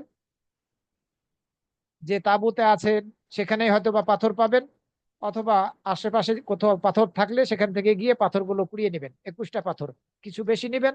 প্রথম জামারাতে পাথর মারবেন 7টা, ওই একই নিয়মে বিসমিল্লাহ আল্লাহ, বিসমিল্লাহ না, শুধু আল্লাহ আকবার, আল্লাহ আকবার বলে।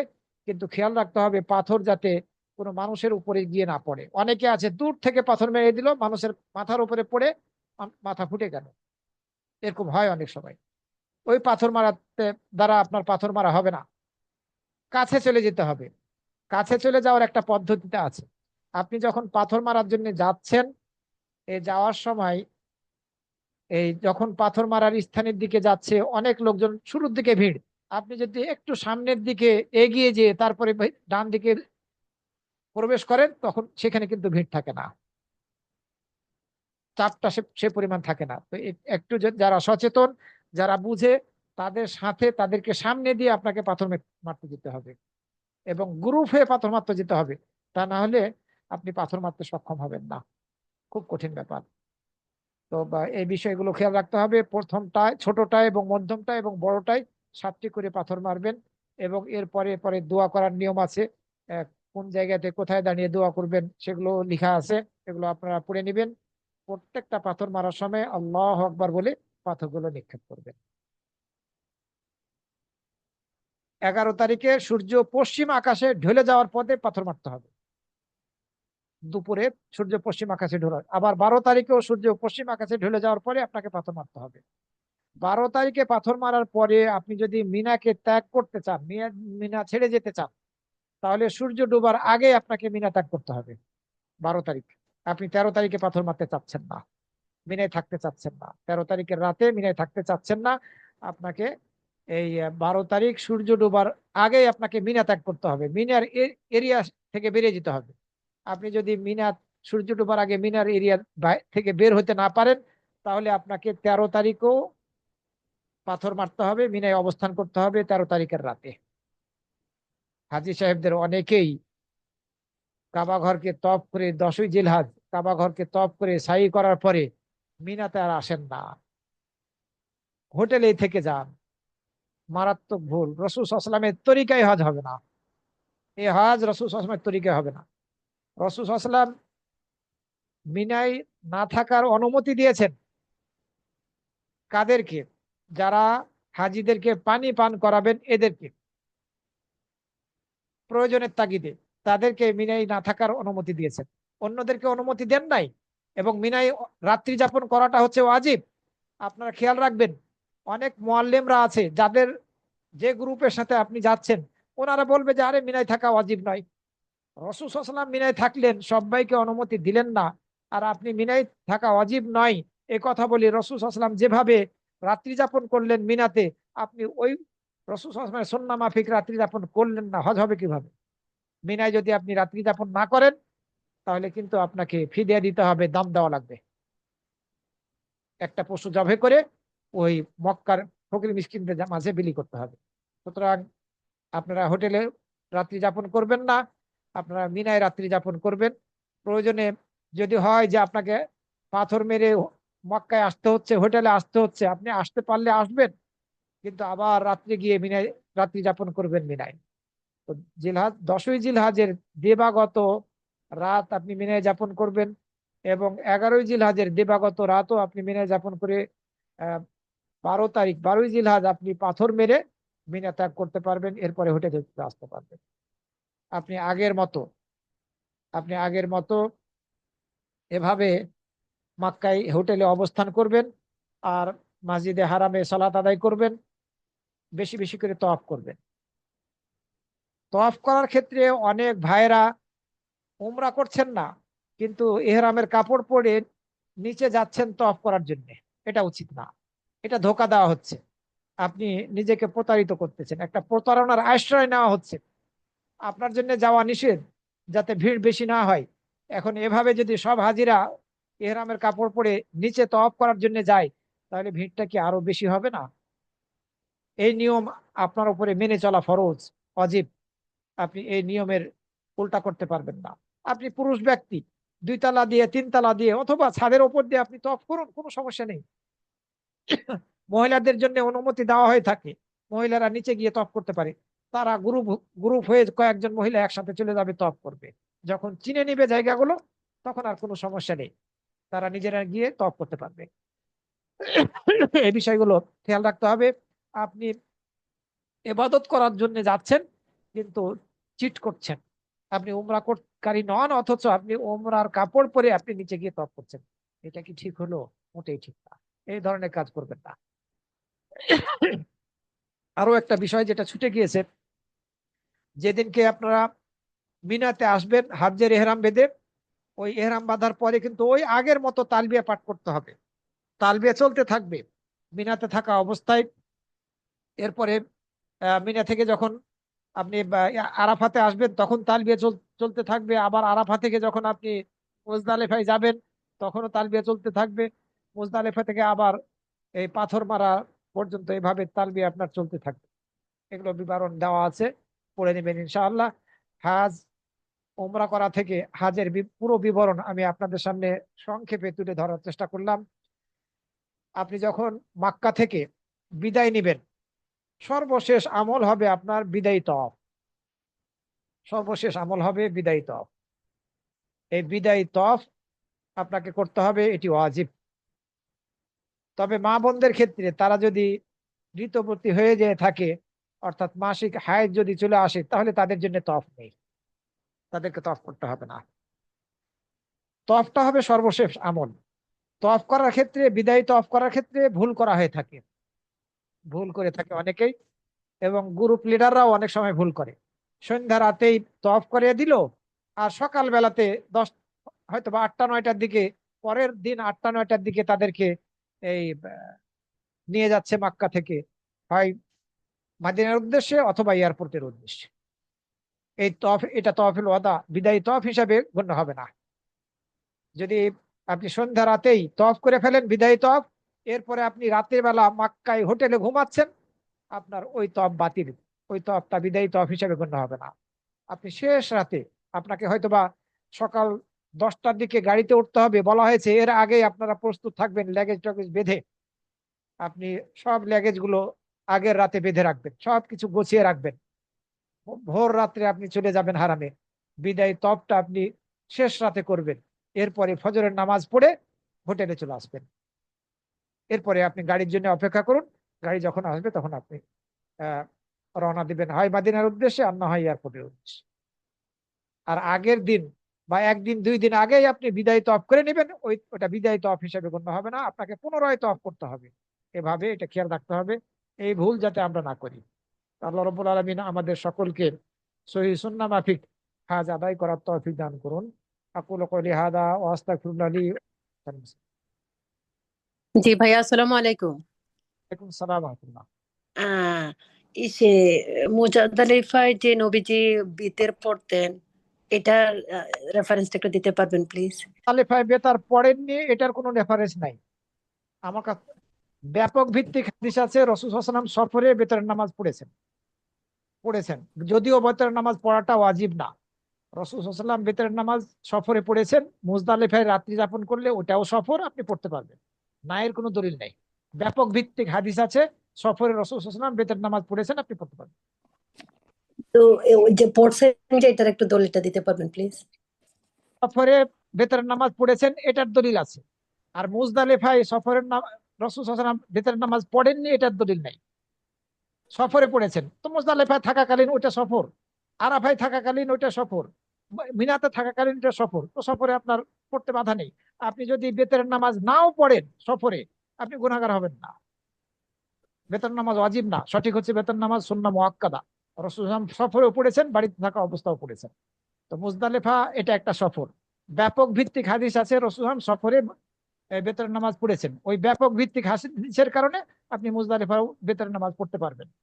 এই কথাটা আমাকে কোনো এক আপা একদিন আগে, তারপরে আমি এটা সার্চ করতে যে না, শেখ ইবনে বাজ আরো বড় বড় আলিমরা বলতেছেন না বেতরের নামাজ পড়তে কোনো বাধা নেই মুজদালিফায়। তো যারা এই জন্য যাবে না, যারা বলতেছে পড়া যাবে না, এই জি, কথা সেই জন্য আমিও শুনছি যে, না শোনার আমি কোনো শুনছি লাভ যে নেই। পড়ে নাই। এই শোনার জন্য মানে পড়ছেন যে এইটার হাদিসটা, মানে এটার একটু দলিলটা চাচ্ছি। পড়েন নাই ওটার দলিল লাগবে, ব্যাপক ভিত্তিক দলিল আছে, ব্যাপক ভিত্তিক। রাসূল সাল্লাল্লাহু আলাইহি ওয়াসাল্লাম সফরে বেতরের নামাজ পড়েছেন, ব্যাপক ভিত্তিক দলিল আছে, ওই দলিল এখানেও প্রযোজ্য। যারা বলছে পড়েন নাই ওটার দলিল দিতে হবে। আচ্ছা, জাযাকাল্লাহ খাইরান। আসসালামু আসসালামু আলাইকুম। আলাইকুম ওয়া রাহমাতুল্লাহি ওয়া বারাকাতুহু। আরে ভাই, যে আকমল ভাই, আপনি কেমন আছেন ভাই? আলহামদুলিল্লাহ ভাই, আলহামদুলিল্লাহ। তা আমার দুই তিনটা ছোট ছোট প্রশ্ন, আশা করি এই এই প্রশ্নগুলো অনেকের মধ্যে কনফিউজ, তো এই কনফিউজটা আপনার মাধ্যমে ওনারা মানে বুঝতে পারবে। তো প্রথম প্রশ্নটা হলো যে এহরাম বাঁধা। এহরাম বাঁধা আমাদের মিত্র অনেকেই মনে করি ওই যে আমরা যে এহরামের কাপড়টা পরি বা পেঁচাইয়া রাখি, এইটারই এহরাম বাঁধা মনে করি। তো এইটা আপনি একটু ক্লিয়ার করেন, তারপর আমি সেকেন্ড প্রশ্ন করব আপনাকে। এহরাম কাপড় পরলে আপনার এহরাম বাঁধা হয়ে যায় না। আপনি এহরামের কাপড় যখন পরলেন তখন এহরাম বাঁধা হয় না, বরং আপনি যখন নিয়াত করবেন, ওই যে বলবেন লাব্বাইকা উমরাতান মুতামাত্তিআন বিহা ইলাল হজ, লাব্বাইকা আল্লাহুম্মা লাব্বাইক, এভাবে যখন আপনি এটা শুরু করবেন, মনে নিয়াত করে ফেলবেন যে আমি এখন উমরা করার নিয়াত করলাম হজের উদ্দেশ্যে।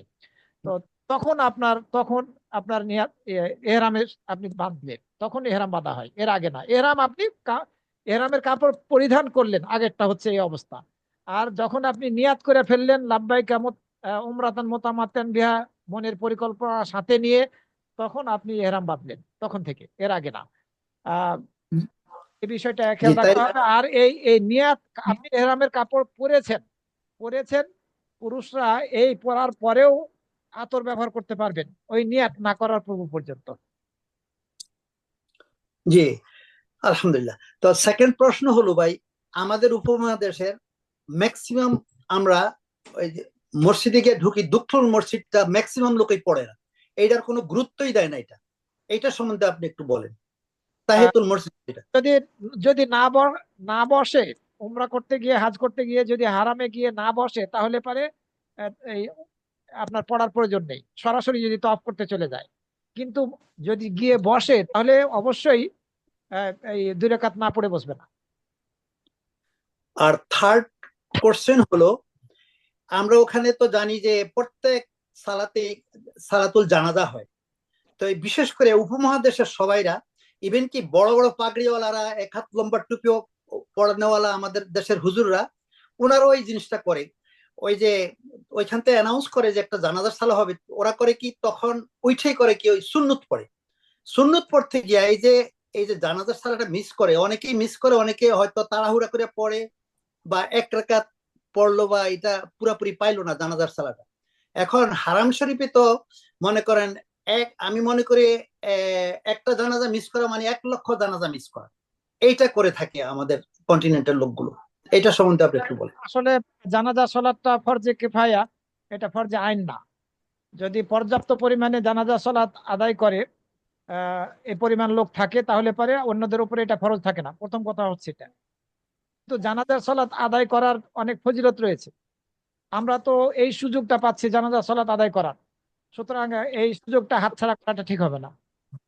যে হারামে জানাজার সালাত আদায় করার যে সুযোগটা পেলাম, এই সুযোগটা অন্য সময় হয়তো বা আমরা জানাজার সালাত আদায় করি না, যাই না, গুরুত্ব দেই না। কিন্তু ওখানে আমরা তো সুযোগ পাচ্ছি। তো এই নেকিটা আমরা নেব না কেন? এক কিরাত নেকি পাওয়া যাবে একটা জানাজার সালাত আদায় করার দ্বারা। আমরা এই বিষয়টাকে অবহেলা করব না, বরং নারী পুরুষ সবাই আমরা জানাজা সালাতে দাঁড়াতে পারবো, কোনো সমস্যা নেই। আমরা ইনশাআল্লাহ জানাজা সালাত আদায় করবো, সুন্নাত পড়বো না। সুন্নাত তো নাই, আপনি তো মুসাফির, কিসের সুন্নাত পড়বেন আপনি? আপনি আর আপনি আসরের সালাত আদায় করছেন, তো আসরের সালাত আদায় করলেন, স্থানীয় ইমামের পিছনে 4 রাকাত পড়লেন, আপনার তো কোনো সুন্নাত নাই, আপনি মুসাফির। যদিও 4 রাকাত পড়লেন, জোহরের সালাত আদায় করলেন 4 রাকাত, আপনি স্থানীয় ইমামের পিছনে পড়ার কারণে আপনি কসর করতে পারলেন না, কিন্তু আপনার জন্য তো আপনি মুসাফির, আপনি সুন্নাত নাই। সুতরাং আপনি সুন্নাত পড়বেন কেন? আপনি ওই জানাজার সালাতের অপেক্ষা করে জানাজার সালাতটা আদায় করুন, নেকি পাবেন। আর লাস্টের একটা অ্যানাউন্সমেন্ট ভাই, যদি কাইন্ডলি আপনি যদি মনে কিছু না করেন, আমাদের শনিবারের প্রোগ্রামটা একটু জানিয়ে দিলে একটু ভালো হইতো, উপকার হইতো আর কি। এত আগে জানাইলে পারে মনে থাকবে না, শুক্রবারে জানাবো না, ইনশাল্লাহ। প্রতি শনিবারই তো হয় আর কি, এটা ঘোষণা করে দিলে একটু ভালো আরে হইতো, আমাদের আরো কিছু অডিয়েন্স হইতো আর কি। জাযাকাল্লাহ খায়ের। মোহাম্মদ খায়ের ভাইয়ের একটা আছে, গ্রুপ আছে, ওই গ্রুপে আমরা প্রত্যেক শনিবারে রাত 9টায় প্রোগ্রাম করি, আমি সেই প্রোগ্রামের আলোচনা করি।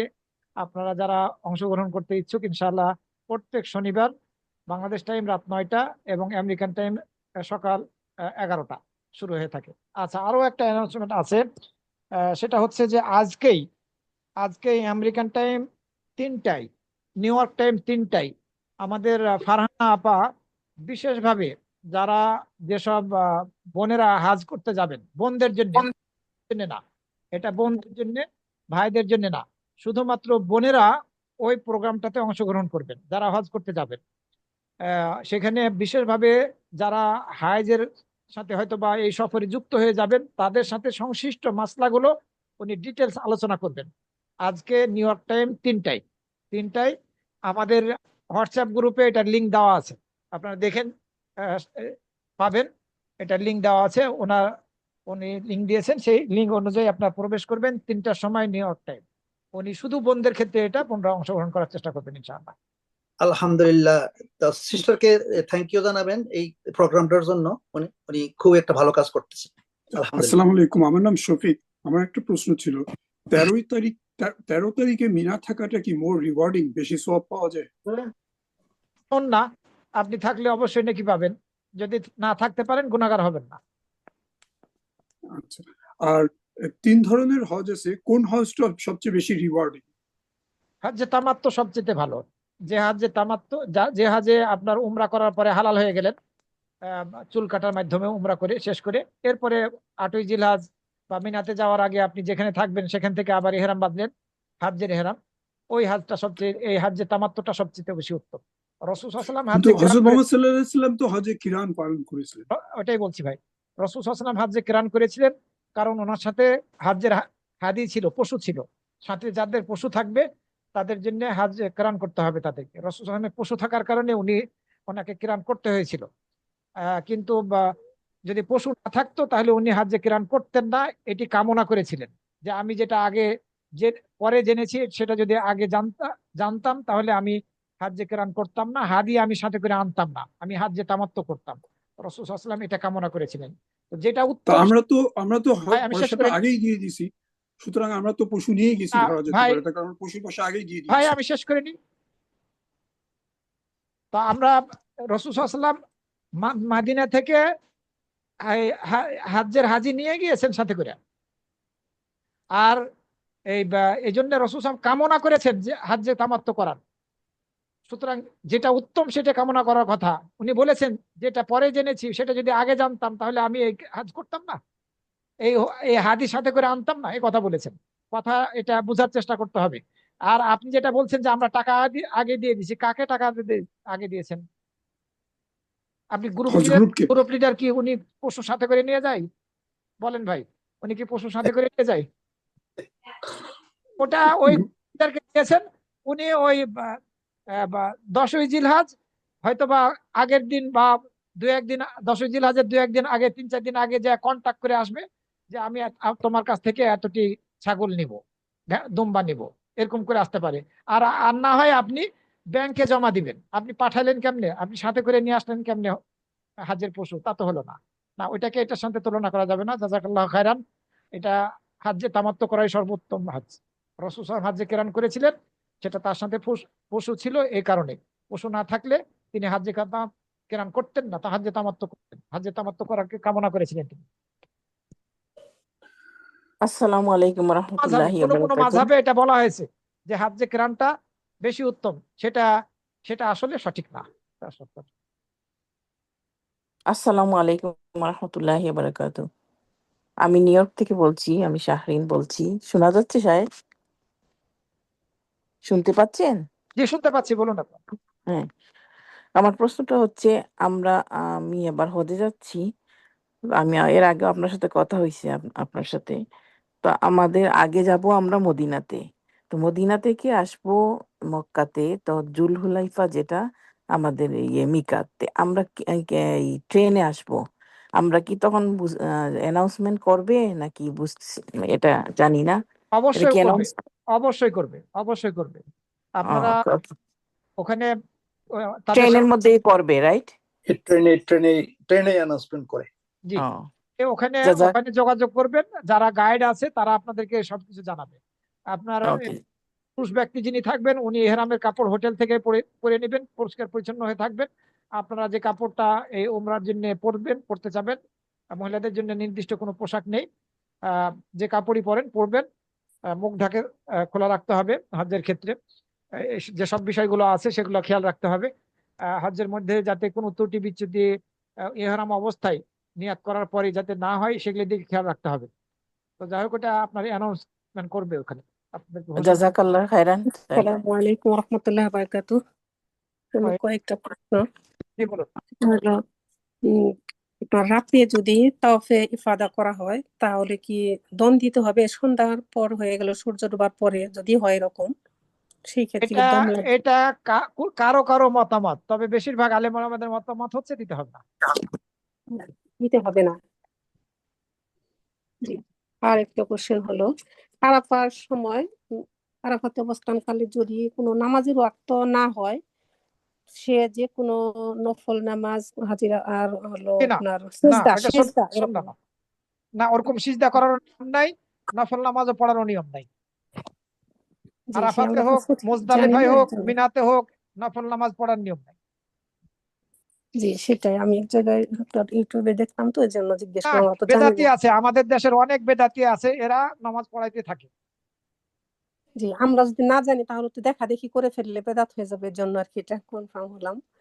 আর সাথে যদি কোনো দোয়া বুক থাকে যেখানে কোরআনের আয়াত, সেগুলি যদি আমরা ব্যাগ সহ বাথরুমে যাই, সেই ক্ষেত্রে কি হবে, গুনাহ হবে কি নাকি ওই মানে দোয়ার আপনার বুকের মধ্যে কোন জায়গাতে, কোন জায়গার কথা বলছেন? মানে সাথে যদি ব্যাগ থাকে, সে ব্যাগের ব্যাগে ভিতরে থাকে, ব্যাগটা যেখানে আপনি ওয়াশরুমে গেলেন, টাকা পয়সাগুলো যে ব্যাগে থাকবে, ওই ব্যাগে সাধারণত থাকে।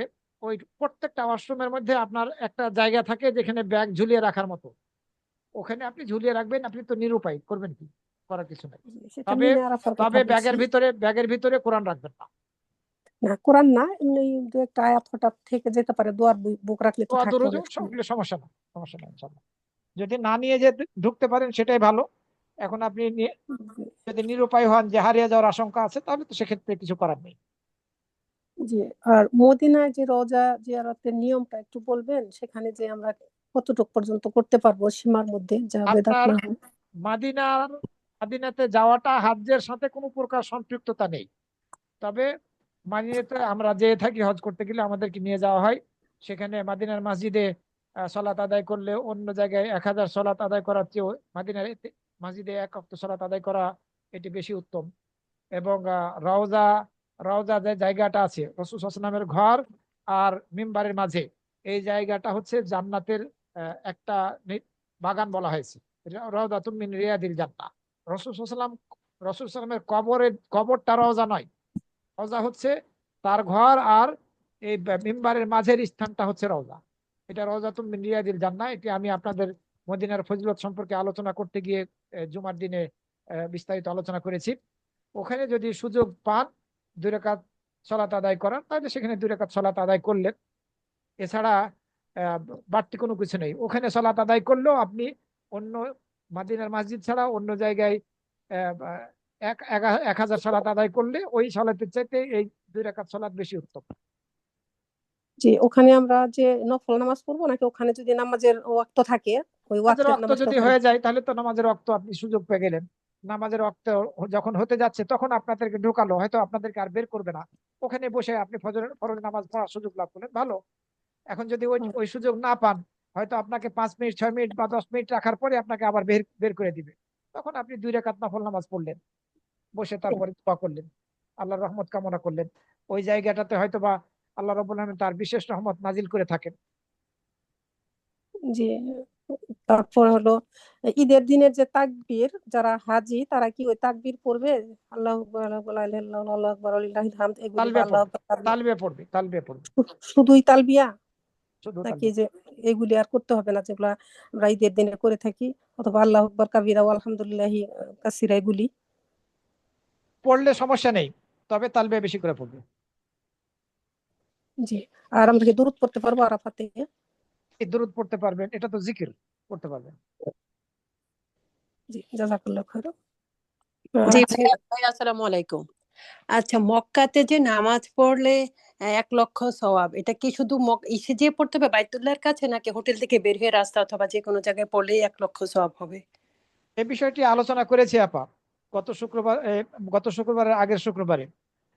রাসূল সাল্লাল্লাহু আলাইহি ওয়াসাল্লাম যখন এই উমরা করার উদ্দেশ্যে ওই হুদায়বিয়া নামক স্থানে পৌঁছলেন, মক্কাবাসী প্রবেশ করতে দিল না, তখন রাসূল সাল্লাল্লাহু আলাইহি ওয়াসাল্লাম নামাজের সময় হলেই তিনি ওই হারামের এরিয়ার ভিতরে প্রবেশ করতেন, এরপরে নামাজ পড়ে আবার বের হয়ে আসতেন।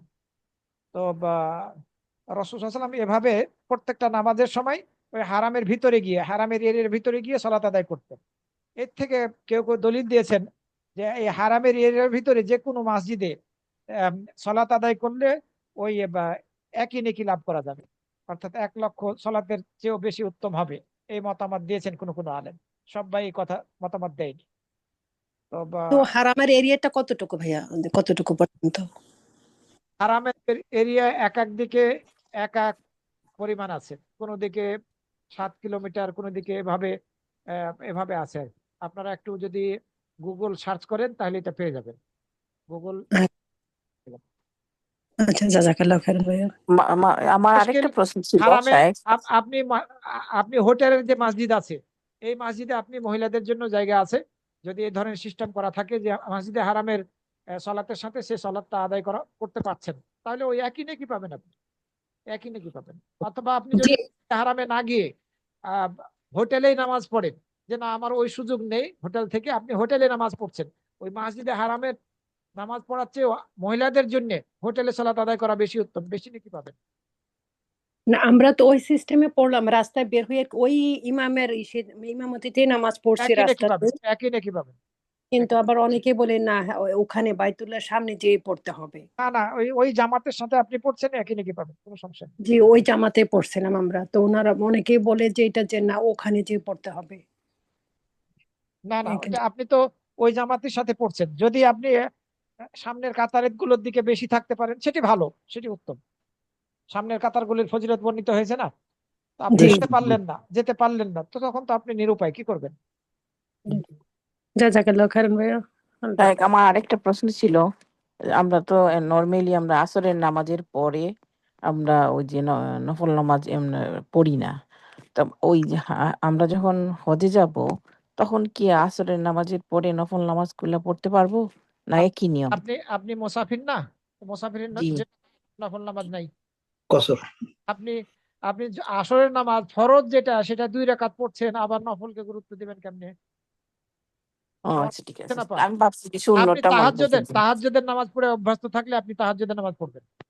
আচ্ছা জাযাকাল্লাহ খাইরান। হ্যাঁ জিকির আচ্ছা, আছে, জুতা জুতা জিকির কি এগুলি পরা করবো যাবে বেশি বেশি। তাওয়াফের সময়? আসসালামু আলাইকুম। তাওয়াফের সময় কি জুতা পরে তাওয়াফ করা যাবে? কি পড়তে পারবেন? আর জুতা রোজা রাখলে কি ভালো হজের সময়? হজের সময় রোজা রাখার এমন কোনো নিয়ম নেই। অনেকে এটা মনে করে থাকে, সেটা সহিহ হাদিস না যে ওখানে 2টা 5টা রোজা রাখলে ওই 1 লক্ষ রোজা রাখার চাইতে বেশি উত্তম হবে, এই মন মানসিকতা রাখে। এ মর্মে কোনো সহিহ হাদিস বর্ণিত হয়নি, ঠিক না? শুধু নামাজের ক্ষেত্রে এই ফজিলতের কথা বর্ণিত হয়েছে। তবে অন্যান্য ইবাদতের ক্ষেত্রে মক্কাতে ইবাদত গুলো অন্যান্য ইবাদত করলে সেটি বেশি উত্তম হবে না, এই কথা বলা যাবে না। তবে নামাজের ক্ষেত্রেও ওই ফজিলতের কথা বলা হয়েছে। অনেকেই মক্কায় গিয়ে সিয়াম পালন করে, উদ্দেশ্য হচ্ছে যে একটা সিয়াম পালন করলে 1 লক্ষ দেশে সিয়াম পালন করার চাইতে বেশি নেকি লাভ করবে, এই মন মানসিকতায়, ঠিক না এটা? কারণ এবার কোনো সহিহ হাদিস বর্ণিত হয়নি। এখন কেউ যদি রাখতে চায় নফল সিয়াম, সে রাখলে রাখলো, তাতে সমস্যা নেই। আপনি উমরা করার পরে মক্কায় অবস্থান করছেন, আপনি সোমবার বৃহস্পতিবারের দিন আহ, রোজা রেখে অভ্যস্ত, তো সেখানেও আপনি রাখলেন, বাধা নেই, রাখতে পারবেন। সালাম আলাইকুম। তবে হজ্জের দিন 10ই জিলহজ এবং আইয়াম তাশরিক এই 3 দিনে রোজা রাখবেন না। ওয়ালাইকুম সালাম রাহমাতুল্লাহ।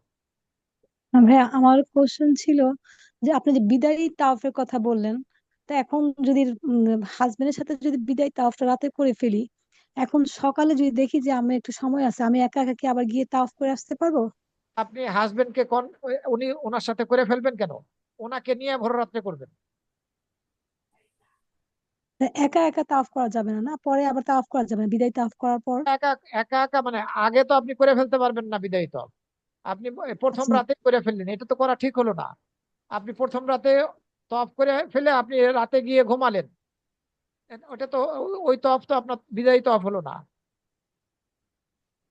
আপনার বিদায়ী তওয়াফ হবে সর্বশেষ আমল, আপনি ভোর রাত্রে আসবেন আপনার হাজবেন্ডকে নিয়ে। আর যদি উনি বলে যে না আমি করবই না, তুমি ভোর রাতে গিয়ে করো, তখন আপনি যদি সক্ষম হন তাহলে আসবেন, আবার হারিয়ে যেন না, খেয়াল রাখবেন। বিদায়ী তাওয়াফের